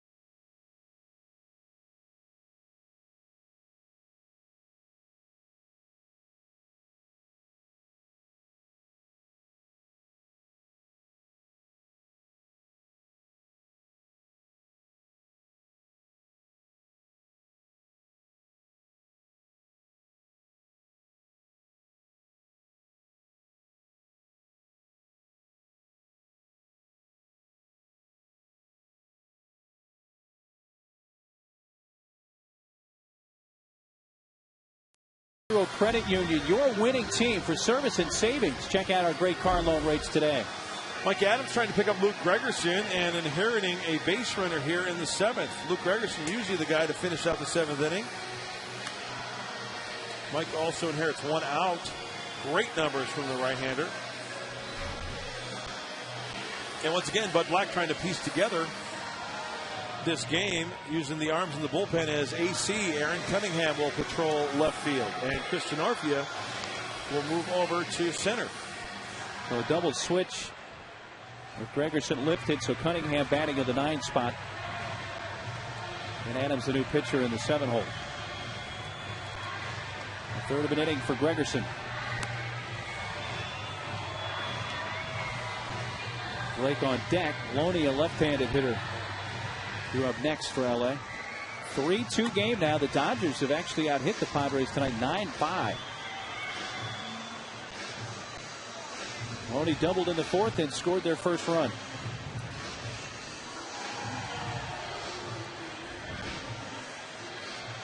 A Scott Podsednik home run has made it 3-2. The tie.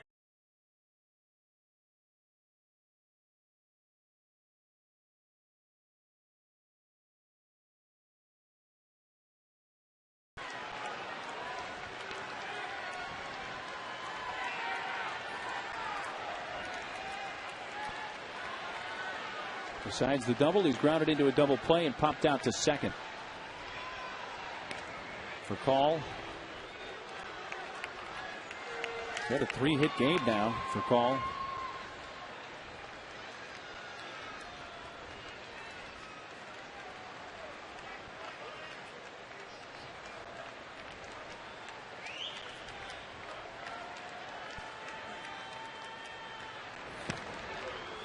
Back standing up again.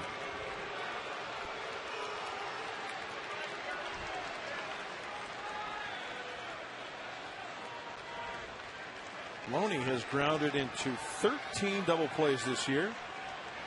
He is tied with the lead in that category with Matt Kemp.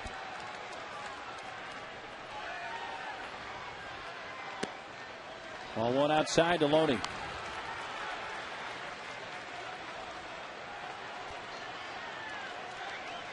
In fact, make that 14 because Loney grounded into that double play in the first inning. So 14 double plays.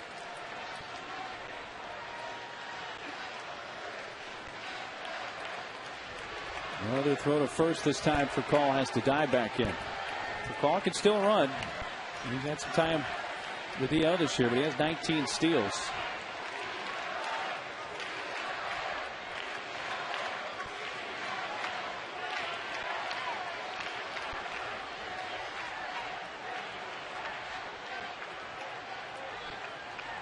Not running, and a fly ball left center field. On the run, Denorfia just moved over to center and makes the catch. That ball stayed up. I thought off the bat it may sink quicker than that, but it stayed up long enough. Denorfia even caught it over his head for the second out. And slicing off that left-handed bat. At first you're thinking, oh, it's going to find the left center field gap, but Denorfia just moving over to center field. Goes into cruise mode to squeeze it for the out. Cleanup hitter Casey Blake has a 1-for-3 night with a single to right. His last time up, leading off the 6th.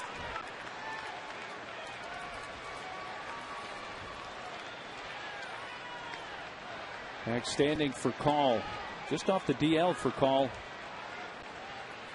Had a back issue, a lower back strain.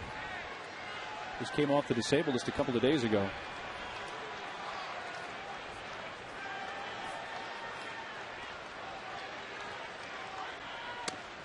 First pitch strike to Casey Blake on the slider.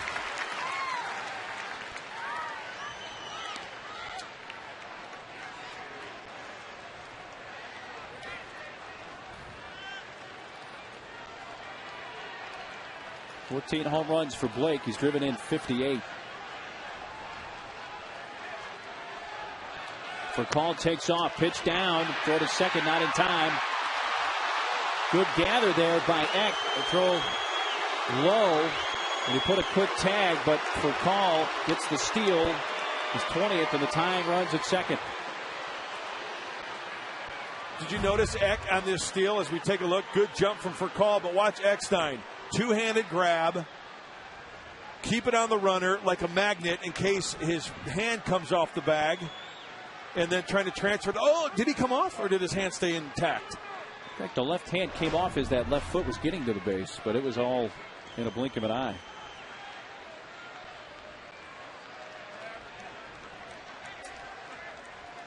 Well, for call the tying run at second.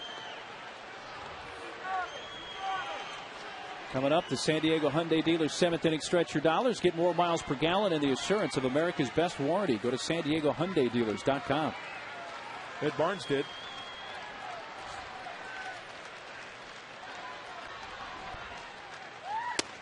Good pitch. Road part of the zone for a strike 1 and 2.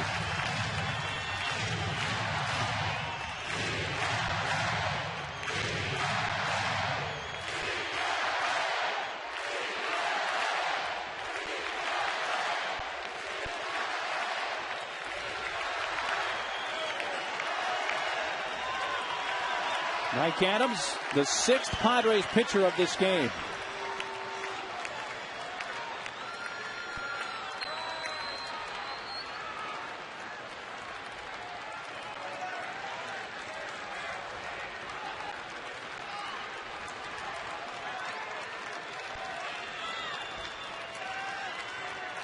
One, two to Blake.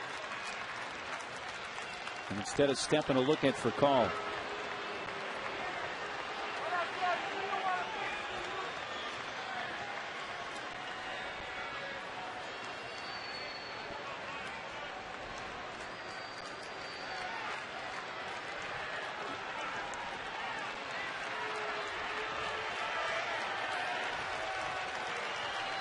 Another look that way.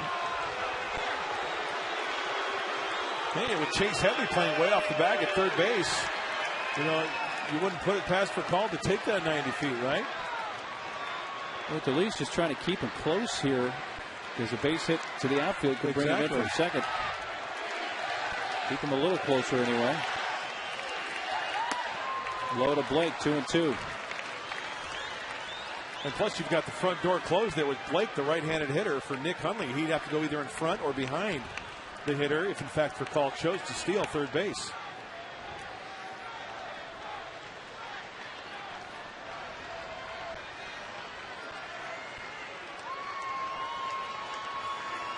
For call singled after the Podsednik home run.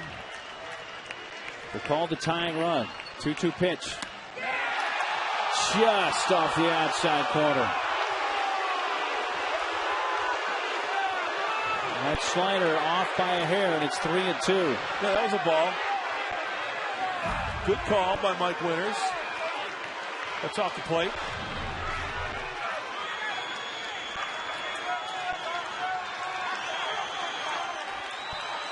Got Ethier on deck. 2 outs. Big 3-2 pitch to Casey Blake. Fastball inside, and he lost him.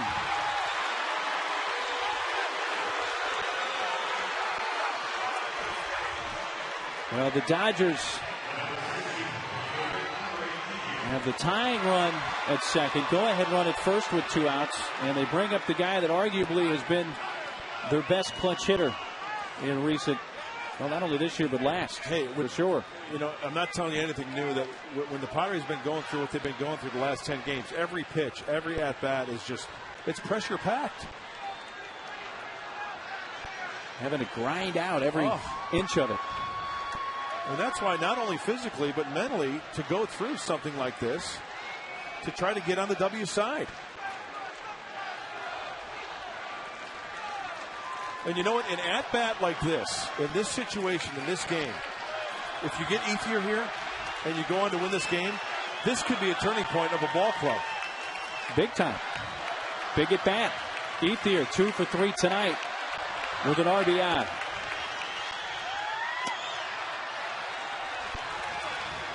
Slider low, ball 1.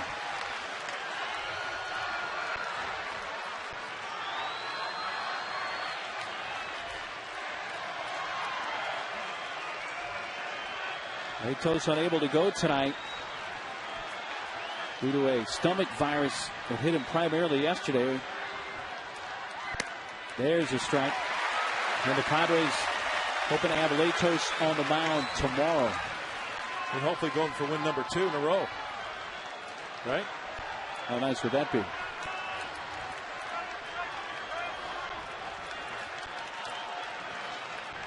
Ethier fly to center in the second. Singled in the 4th to right center driving in a run, and single to left center in the 6th. Outside with the slider, 2 balls and a strike.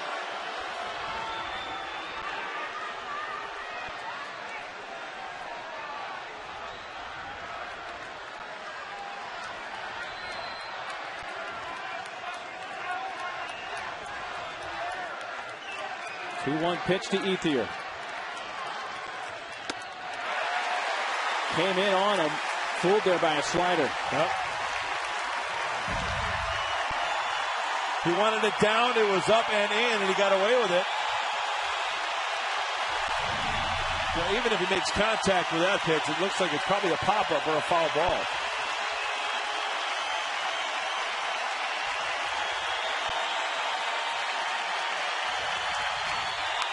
Fouled away the fastball.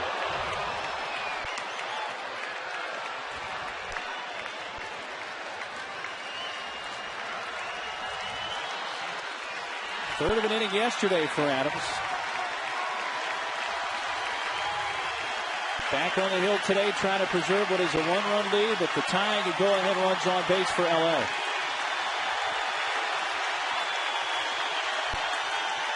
Crowd kicks up the volume.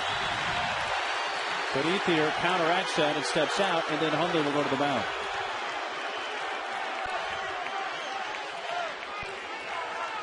Quick decision on pitch there. Pitch selection. I'm calling slider. Don't leave it down and in, though. Where are you putting it? Maybe backdoor variety.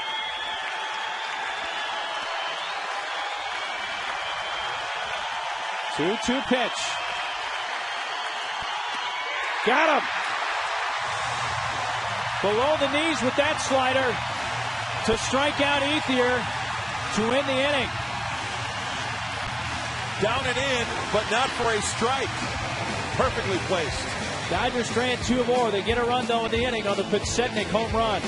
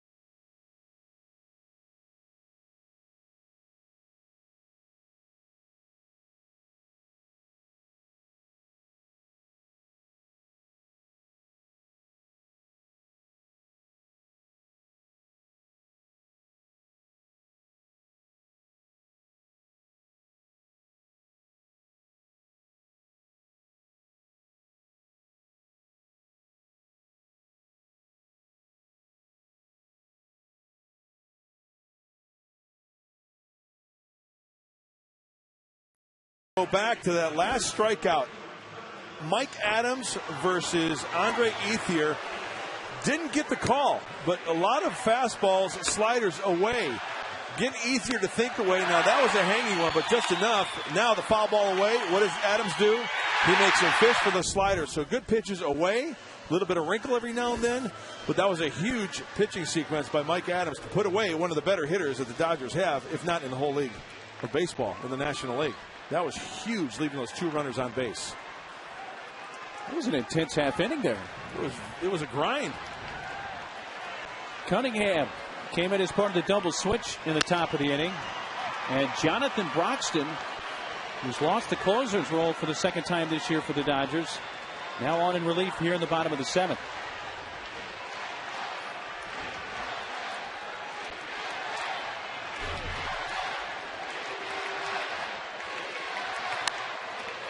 .97 miles per hour and fouled away.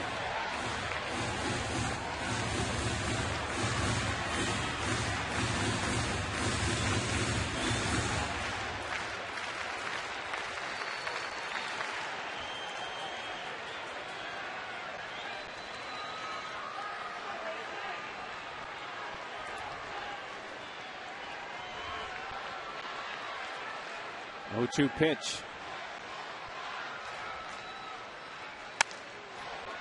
Fastball up high.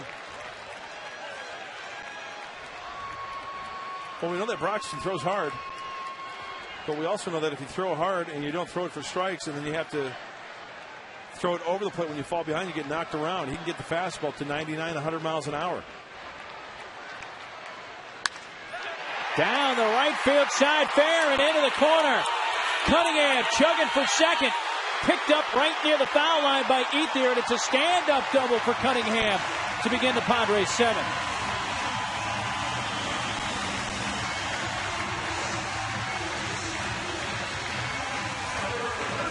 Well, they're in a little behind it, but Broxton supplying a lot of the power, and Cunningham able to take it down that right field line. Loney, the first baseman, thought he had a shot at this. Well, that was what I was talking about. That pitch was down and in. It's a fastball, and you make a good point. Look at him stay on that baseball, inside out the other way, supplying all the power. That fastball didn't have a lot of movement to it. It's a good way for the Padres to start off the bottom of the 7th.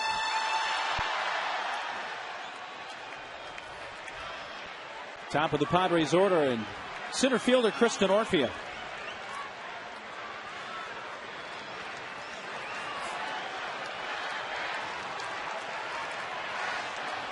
And at the corners, get him over. See if Denorfia is going to try to bunt him along. He will indeed take a swipe at it and miss. Pickoff attempt at stepping in front of the bag for call, and back safely is Cunningham. Osmus is a Gold Glover, even here late in his career. Not shy about gunning it around the bases.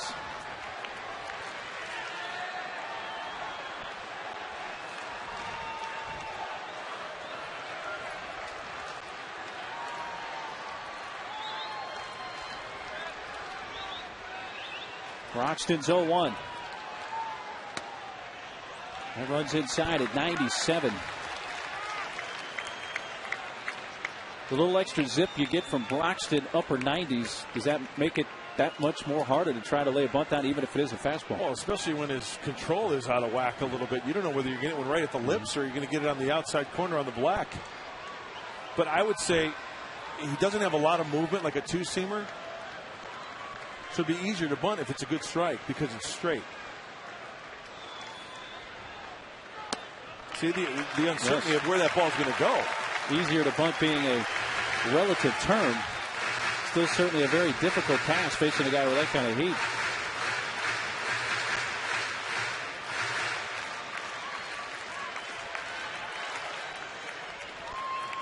I would think breaking balls would be easier to bunt. Really? Some of them.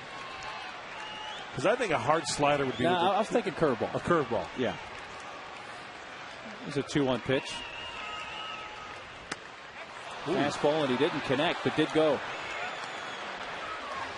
I don't know whether Chris wanted to try to bunt that one or was caught in between and pulled it back. Didn't pull it back in time. Did not look like a good effort. Caught in between, I guess is what I'm trying to say. Tried to bail out of it late, a little too late. So now with 2 strikes, corner infielder's still in.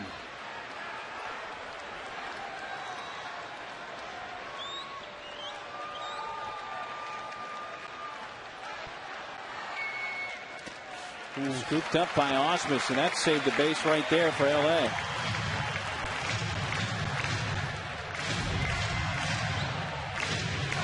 Osmus recognizing that slider in the dirt and taking it right in the glove.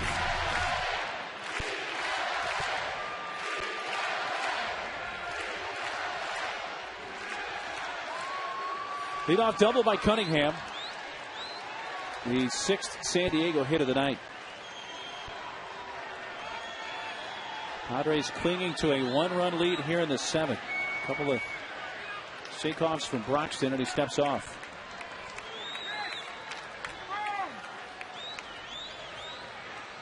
Loney is playing way off the bag at first base. He has backed up, as has Blake now with 2 strikes and a 3-2 pitch.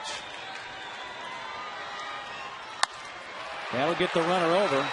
He won't get the sacrifice, and Broxton wins The race to the bag by a step and a half. But Cunningham over to third, so Denorfia does do his job. He didn't get the bunt down, but he does advance the runner to third. Hey, some guys it's easier to hit behind the ball and poke the ball to the right side rather than sacrificing yourself and to put a bunt down. I mean, look, he hits the top half of that baseball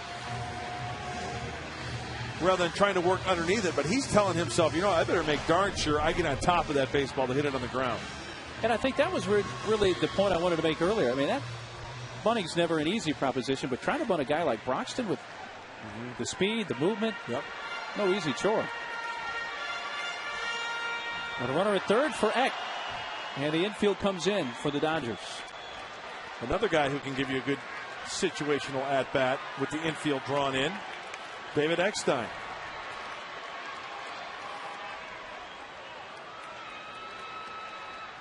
They pitch out. The squeeze is not on.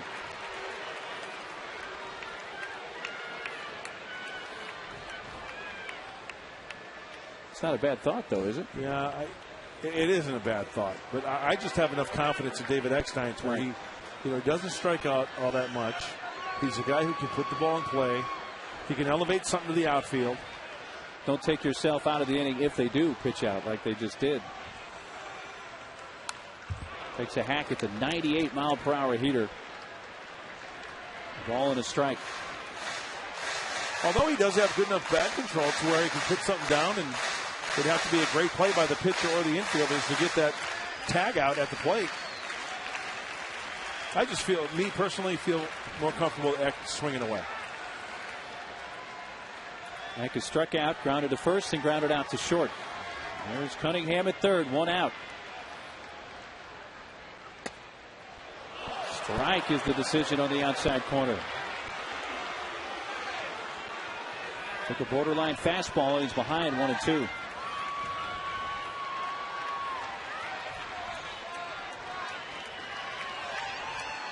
Roll the cap, right ear with the right hand.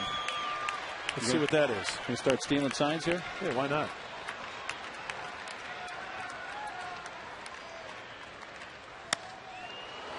Just a bit inside.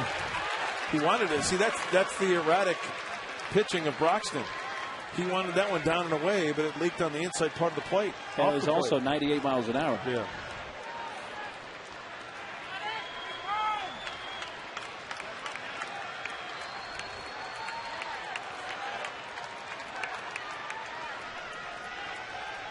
The 2-2. Eck trying to send it on the ground to the right side, fouls it. And I noticed Cunningham was off on contact there. So that's another decision the Padres contact play have to make here. Contact play. It's on the ground, off with first contact. Well, you've got Ryan Ludwig on deck, who singled in the first and popped up in the fourth and struck out in the fifth.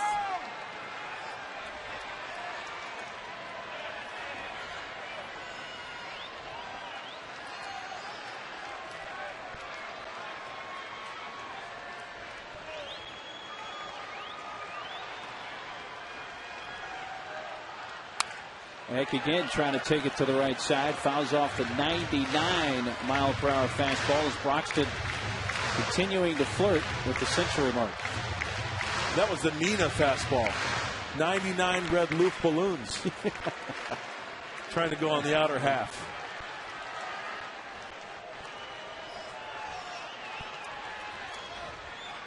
Randy Reddy is cool as a cucumber, as always. As is Joe Torre. Yes. Cunningham at third, one out. Broxton's 2-2 to Eck. Fly ball, center field. Let's see if it's deep enough. It looks like it may. Kemp makes the catch. Cunningham tags. The throw's going to be way offline. Eck getting it done. A sac fly, his 24th RBI, and it's 4-2 Padres.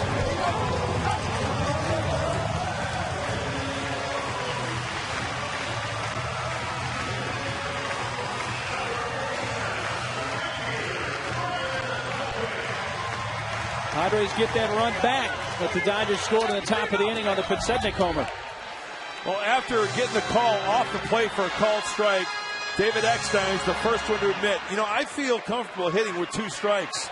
He gets a pitch up in the zone, elevates it, and Aaron Cunningham will score easily on that sac fly. And for David Eckstein, got a little captain in you? Ludwig to right center. Ethier moves over to make the catch. But the Padres get that run back. Cunningham scoring, and at the end of 7, 4-2 Padres.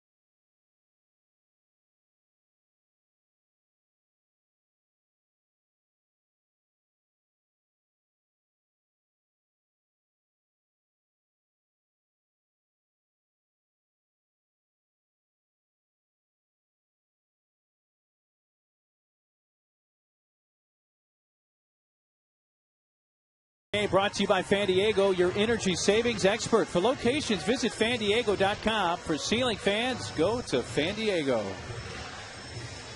And there's a great fan of the game. Carson there on the right. And his dad, Mike, on the left. Carson and Mike Weiner enjoying a big league ball game, hoping to go 4-0. Carson is 3-0 this year when he attends a ball game here at Petco Park. He is our fan of the game.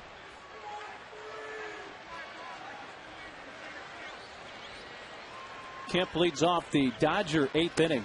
First pitch strike for Mike Adams.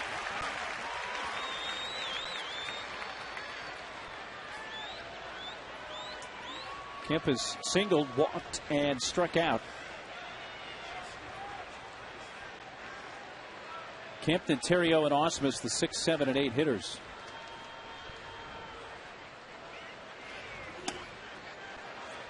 Down low.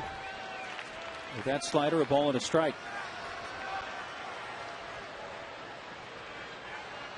Padres led 1-0. Dodgers tied it. Padres led 3-2. 3-1, that is. Dodgers made it 3-2. Padres getting the run right back in the bottom of the 7th. That's right down central for a strike. 1-2.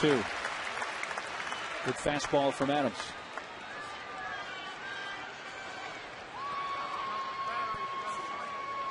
Giants and Rockies, for that matter, both winners today. So the Padres looking for a win to maintain their lead in the NL West. In the air down the right field side, fading towards foul territory, and Ludwig and Adrian see it drop into seats. Just a little extra work here for Mike Adams, huh? Important. Perception question here. Does the game seem like, and I'm not talking time-wise, but that it's gone longer than 7 innings? Seems like it started last week. I agree with you. Yeah, because when you're grinding out every out. Yeah, and the pitching changes, of course, yes. in trying to work matchups in the middle of the game. Short starts from Padilla. And Tim Stauffer did a fine job spot starting for Matt Latos tonight. Another foul down the right field side. But I guess the other part of my point is, we talked with Randy Reddy repeatedly during this skid, and his mantra has always been, hey, just stay calm, don't panic, just do what you've been doing. But it's hard to really follow that. I mean, if you're a player, maybe you press a little bit. Adrian mentioned that, and maybe some guys are pressing a little bit. When you do that, every out just seems to take on added significance instead of just playing relaxed and cool and easy. Adams from his backside. What a play by the Padre pitcher.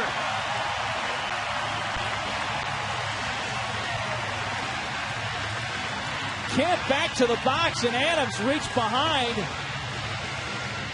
landed on his wallet, and then threw out Kemp at first. Hey, maybe the ball is starting to bounce the Padres' way. Hey, Rocky, watch me pull the rabbit out of my hat.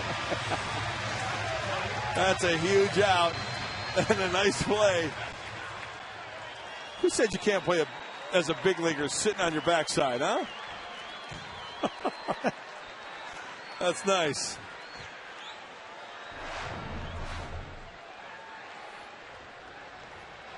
Terrio fouls it. It takes the mask of Hundley off. It was like a haymaker. Nick's already laughing it off. He's okay.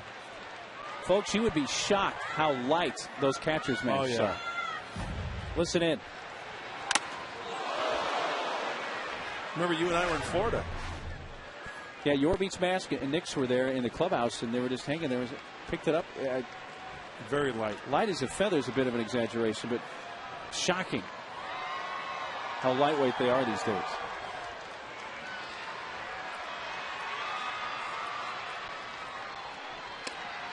Breaking ball, and he looked to bunt, and a strike to Terrio.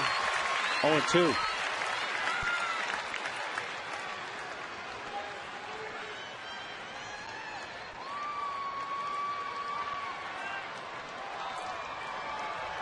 Tim Stauffer got the start tonight. 4 quality innings, allowed only 1 run. Found out this morning he would be starting tonight. Adams gets it by Terrio, and 2 outs in the 8th.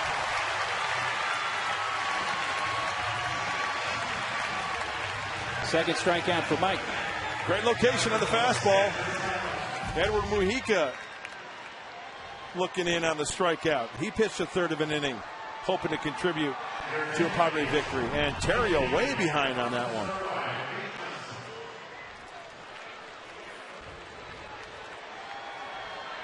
Reed Johnson will bat here for Ausmus.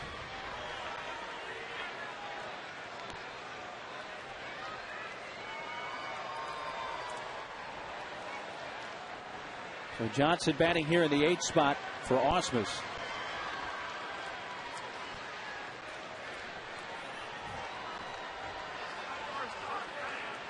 Pitcher spot due up next, and Jay Gibbons in the on-deck circle. A wave and a miss by Johnson.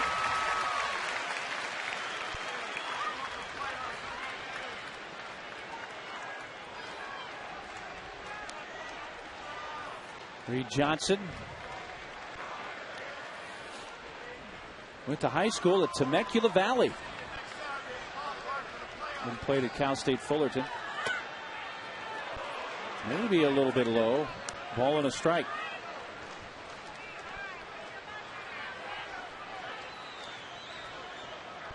Chad Billingsley on the left. Clayton Kershaw on the right.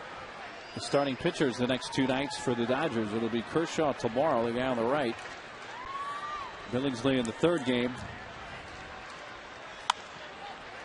Now the right field side foul. Well, one thing with Latos being scratched tonight and hopefully going tomorrow, you got Kershaw against Latos. Talk about some young guns. Young lefty for the Dodgers, the young right-hander for the Padres. Which to be your matchup in Game 2 of the series tomorrow night. Well, Honda Dealer pregame show on at its normal time at 6:30 tomorrow night.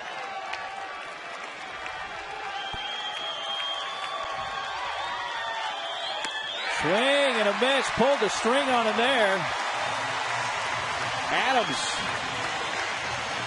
And Johnson way out in front. Adams needed for an inning and 2/3 of scoreless relief tonight.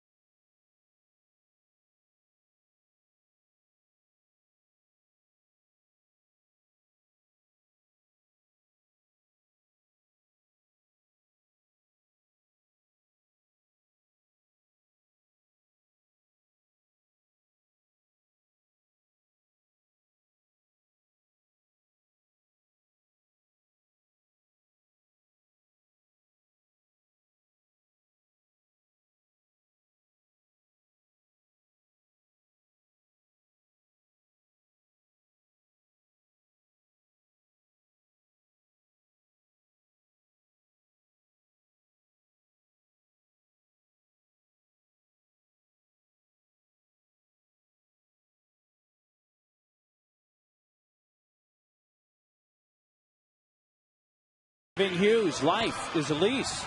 Negotiate well. Into the home half of the 8th. Mike Adams tonight. An inning and 2/3, 3 strikeouts. Did not allow a hit. Walked one. Inherited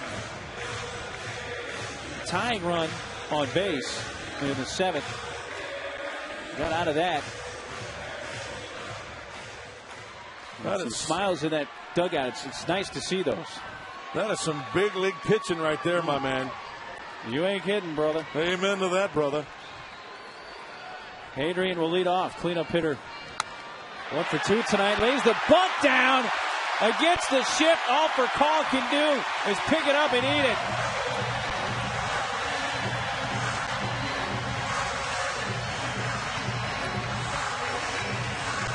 Take that. You got to be shifting me. That's what Adrian is saying right now. You're going to play me that way? I'll just poke it that way. Thank you very much.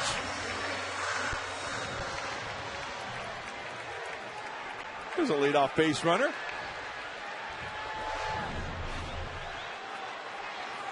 Adrian is aboard for Miguel Tejada.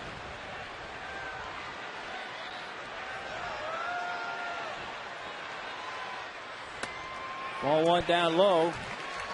On the new hurler, Kenley Jansen. What a story this guy is. Yeah, they're pretty high on this guy. He's got a good arm. Fastball, slider, change. You can get up to about 99 miles an hour in that fastball. Barajas behind the plate. Late swing and a miss. Making tonight 1 for 3 with a single and a run scored.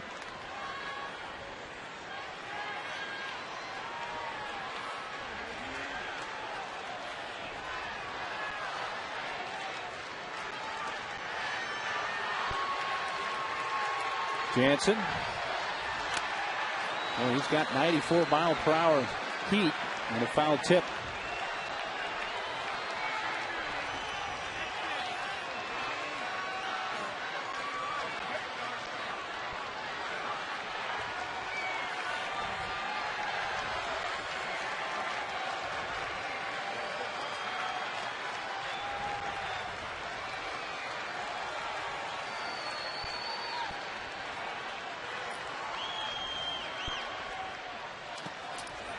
Breaking ball down and away and blocked by Barajas.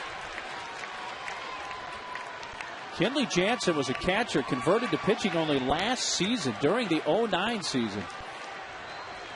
They liked what they saw after putting him on the mound, and just a year later he's in the big leagues. Made his big league debut July 24th. Can you imagine this kid strapping on the gear behind home plate? That'd be a big catcher now. 6'5", over 250 pounds, and he blows it past Miggy at 95.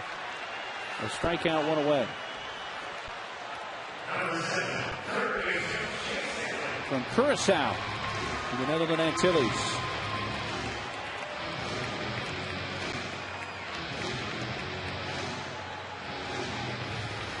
Chase 0 for 2. He walked in the fourth.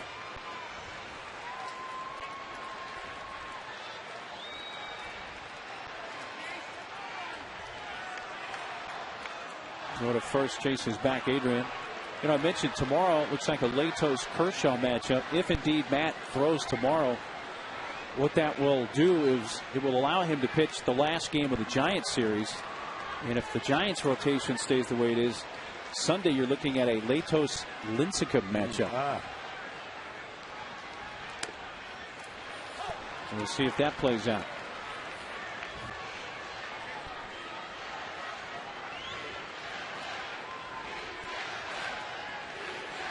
4-2 Padres, bottom of the 8th.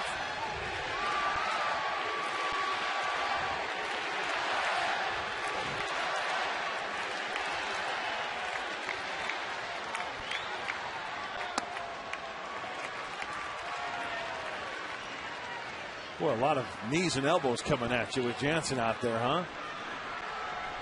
Over the top delivery, so 6'5".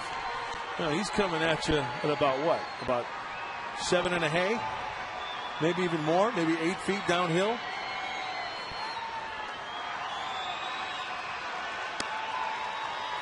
Was in a strike at 96, 1-2. You know, kind of comes from behind the ear too a little bit, and then that ball jumps up on you. You know, and that's natural for a catcher, because what does a catcher? I was going to say, yeah, that's kind of straight up to the ear. I mean, he comes out of the glove nicely, but he'll bring that ball back to his ear a little bit, almost like a catcher.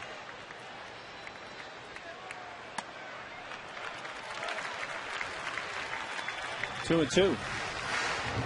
I mean, think about it. You're a catcher growing up.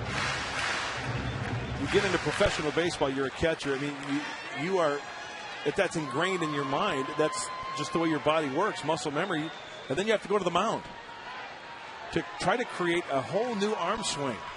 And he's made the conversion in a year. He got into the big leagues. And he gets back-to-back strikeouts. Tejada and now Headley.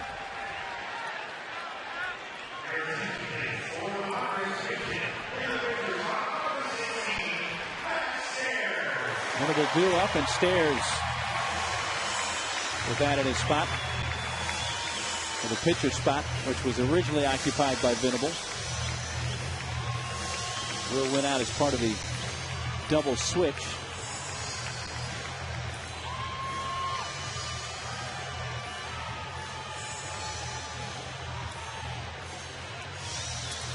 Well, there's another pitcher who was a converted catcher that closed games for a lot of years in Southern California.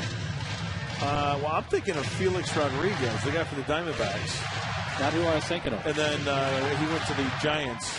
This guy was actually converted after his first year in pro ball. He was a catcher his first year in pro ball.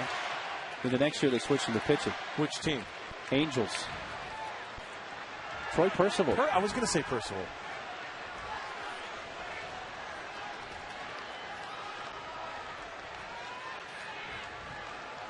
Ten strikeouts now for Dodger pitching tonight. Stares, fouls it away. Well, this is the kind of guy that Matt Stares loves to face. He's got the hard fastball, but the fastball is straight. Hardly any movement out of the hand of Jansen on that fastball.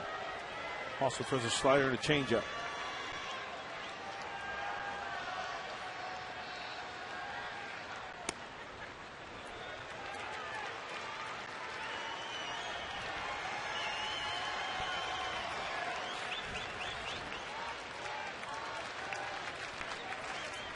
Looking at the Dodger ninth, you've got the pitcher spot, so we'll see a pinch hitter for Jansen in the top of the order. Podsednik in for call.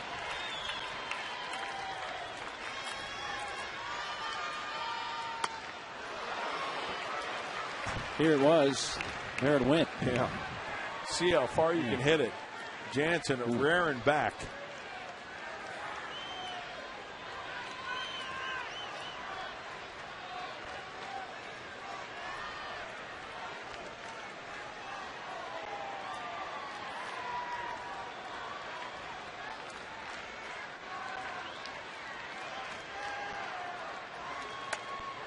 Lays off the high fastball. 2-2 on that.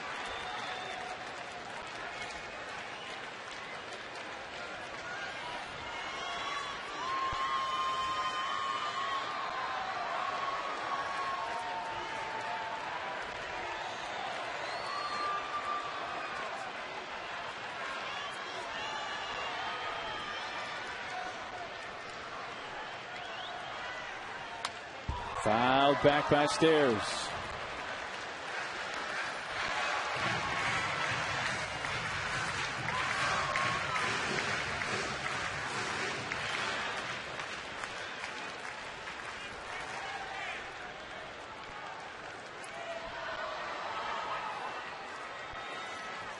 Hey, she still believes.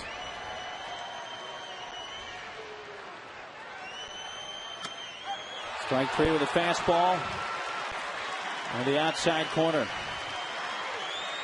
Heath Bell, who hasn't had a save opportunity in 18.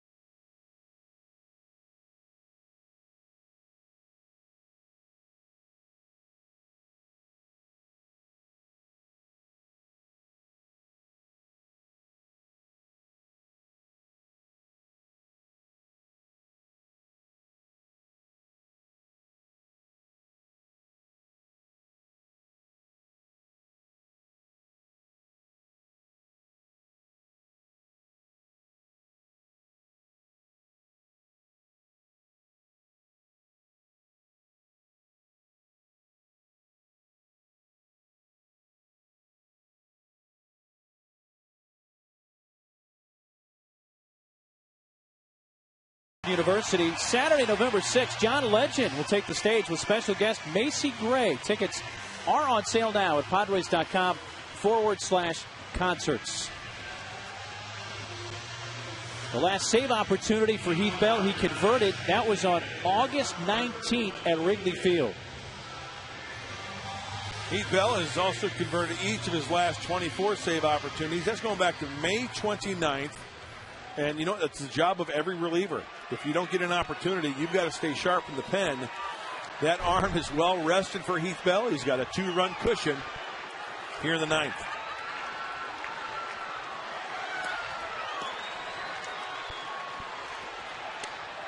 Jay Gibbons pinch hitting for the pitcher. Jansen takes a curveball, strike one.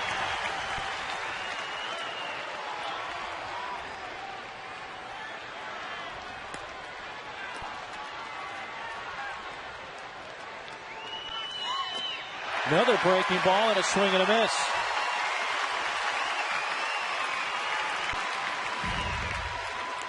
First pitch breaking ball, second pitch breaking ball. Expanding the zone after getting ahead. He hasn't even seen a good old-fashioned fastball yet from Heath Bell.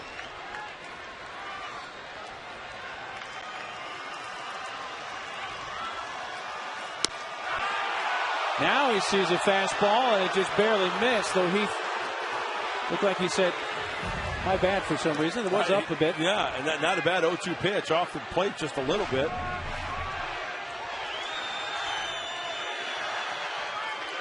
1-2 to Gibbons. Right about that same spot at 96, and it's 2-2.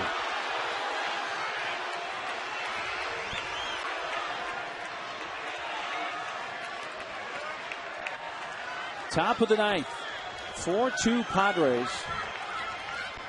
A 2-2 to the pinch hitter, Jay Gibbons. Fastball fouled back. Yeah, 3 fastballs in a row, so Gibbons maybe kind of timing that last one at 94. You drop a knee buckler on him right here. Good one down low. Hey, we've seen Heath Bell throw a 3-2. Yes. What does he bring? 2-2. Curve in the dirt. Wave and a miss. Nick throws to first to complete the strikeout and a 1 away in the ninth.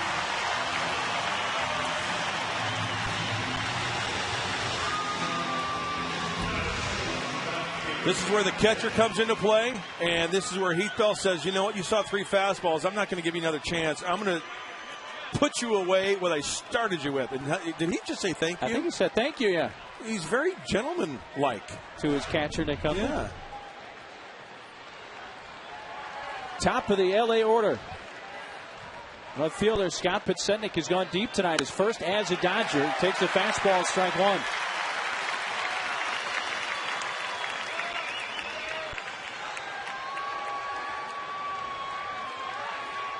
He yanked one out to right. Off Gregerson in the 7th. Down low.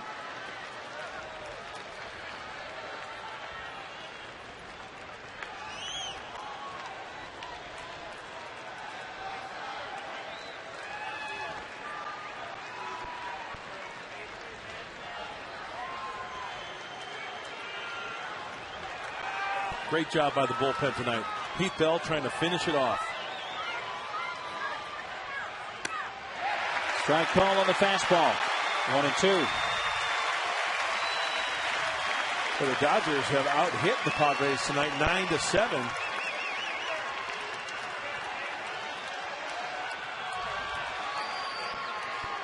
San Diego trying to stay a game up on the second place Giants. Protecting, he slaps it foul.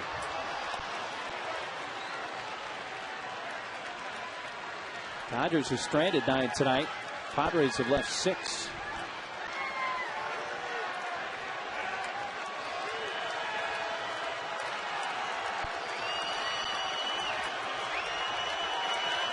One out, nobody on in the LA ninth. Bell's 1-2. Fastball upstairs.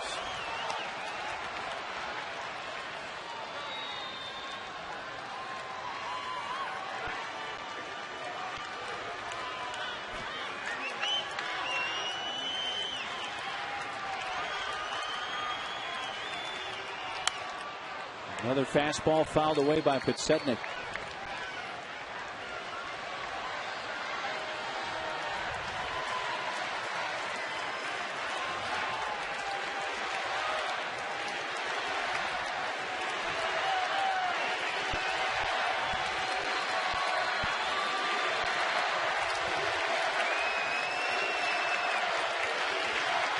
Padres give Podsednik a piece of right center. Curve in the dirt, he goes around. Podsednik strikes out. Both Ks in the inning for Bell have come on the breaking ball.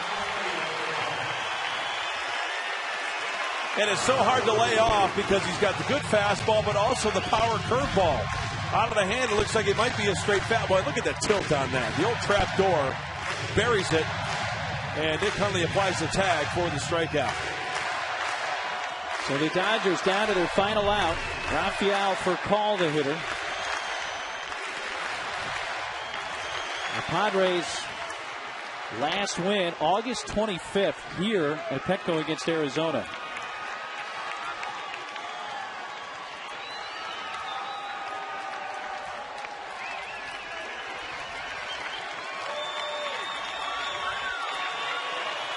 Recall 3 hits tonight in 4 trips. Fastball, a strike. Pete Bell is on a mission. Mike Adams, an inning and 2/3 is scoreless relief tonight. 2 innings has been his longest outing of the season. Mujica, a third of an inning. 7 hurlers to the mound tonight for the Padres, and they're a strike away.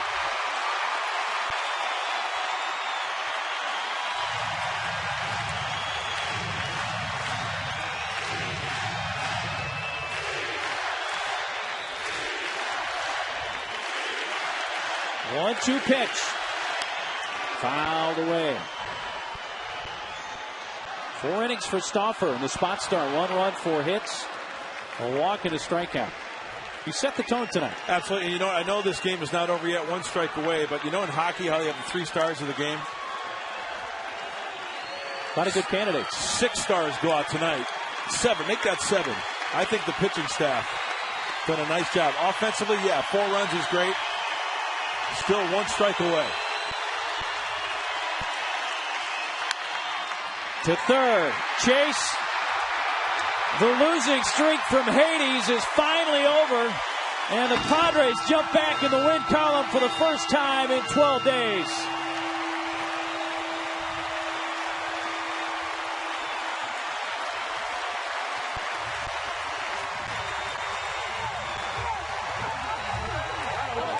Padres win it 4-2. Good to see those smiles back.